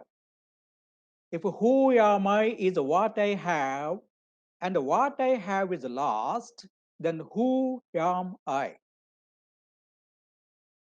మీరందరూ కూడా 'అత్తారింటికి దారేదని' సినిమా చూసుంటారు. ఆ సినిమాలో బ్రహ్మానందం సూట్‌కేస్‌లో డబ్బు పట్టుకొస్తుంటాడు. అతడు ఎవరైనా ఏదన్నట్లయితే 2, 3 లక్షలు ఇసిరేస్తుంటాడు. ఇది బాత్ టబ్‌లో కూడా ఇసిరేస్తుంటాడు. అంటే డబ్బంటే లక్ష్యం లేకుండా నిర్లక్ష్యంగా ప్రవర్తిస్తుంటాడు. అటువంటి వ్యక్తి యుగాండాలో తనకి అక్కడ డైమండ్ మైన్స్ ఉన్నాయి. ఆ డైమండ్ మైన్స్ అనే వాటిని వాళ్ళు నేషనలైజ్ చేస్తారు. జాతీయకరణ చేస్తారు.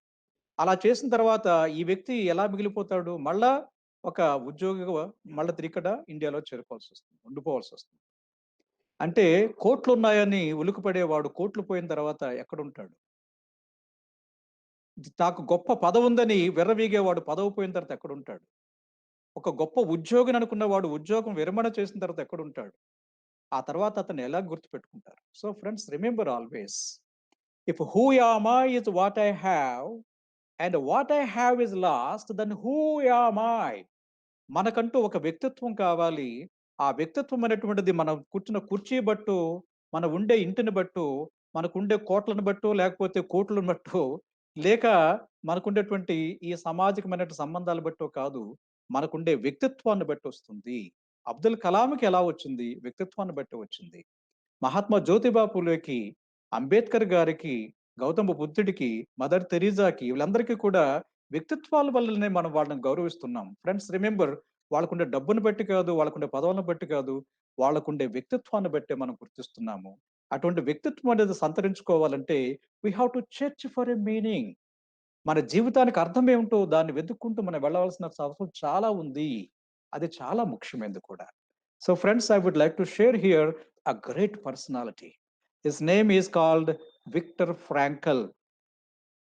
ఆయన పేరు విక్టర్ ఫ్రాంకిల్. ఆయన గురించి ఎందుకు చెప్పాల్సొస్తుందంటే, ఆయన రెండవ ప్రపంచ యుద్ధంలో అంటే 1943 ఆ ప్రాంతంలో హిట్లర్ జర్మనీ ఆస్ట్రియా దేశాన్ని ఆక్రమించింది.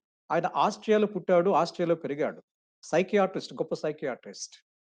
అయితే ఆయన యూదు మతస్థుడు కాబట్టి, యూదు జాతిని చంపాలనేటువంటి తలంపుతో ఉన్నటువంటి హిట్లర్ అతడి తల్లిదండ్రులను చంపించాడు, భార్యను చంపించాడు, ఎవరు లేకుండా చేశాడు.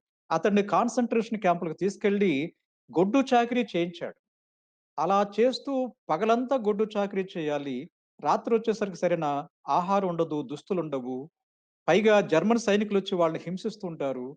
ఈ విధమైనటువంటి నిత్యకృత్యంగా మారినటువంటి ఒక రోజున ఆయన నేకెడ్‌గా పడుకున్నాడు తన గదిలో.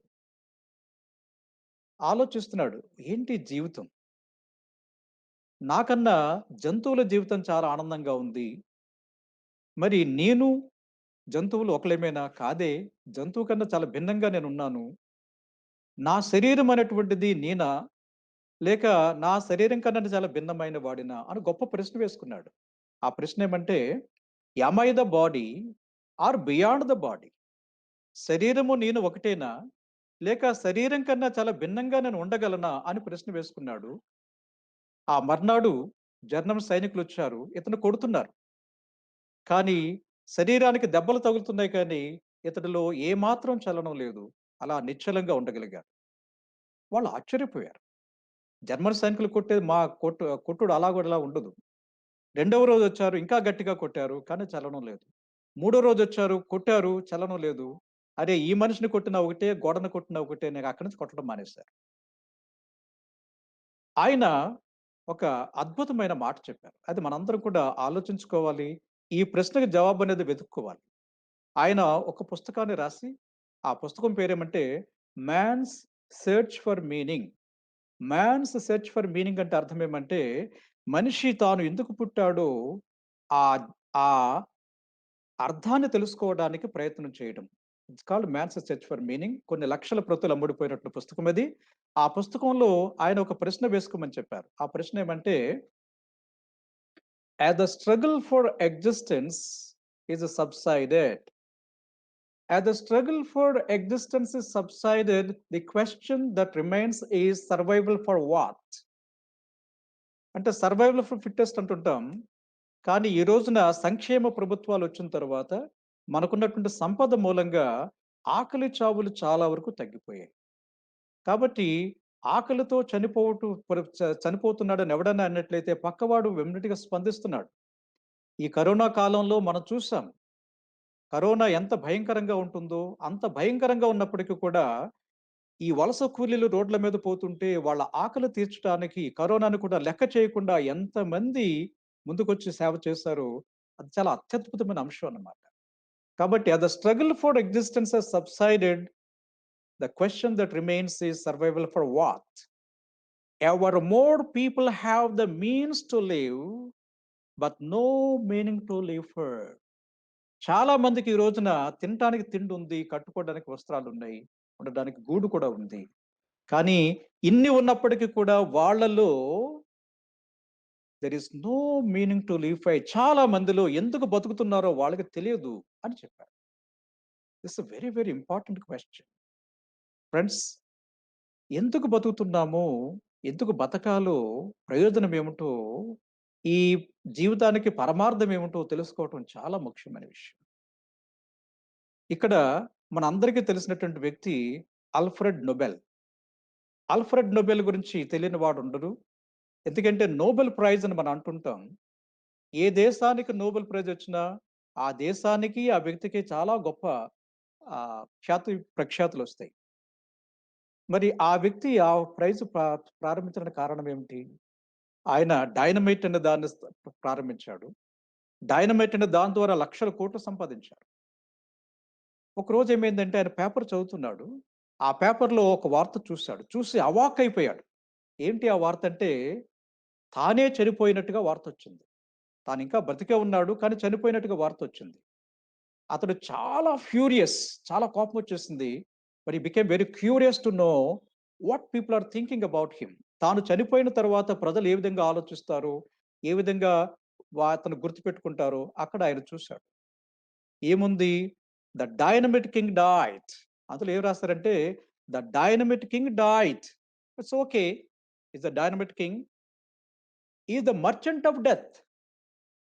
అది చావు బేహారి. అంటే అతడు చావుల ద్వారా ఈ డబ్బంతా సంపాదించుకున్నాడన్నటువంటి ఒక రిమార్క్ చూసిన తర్వాత, is it the way I would be remembered by the posterity? No, I should not be remembered like that.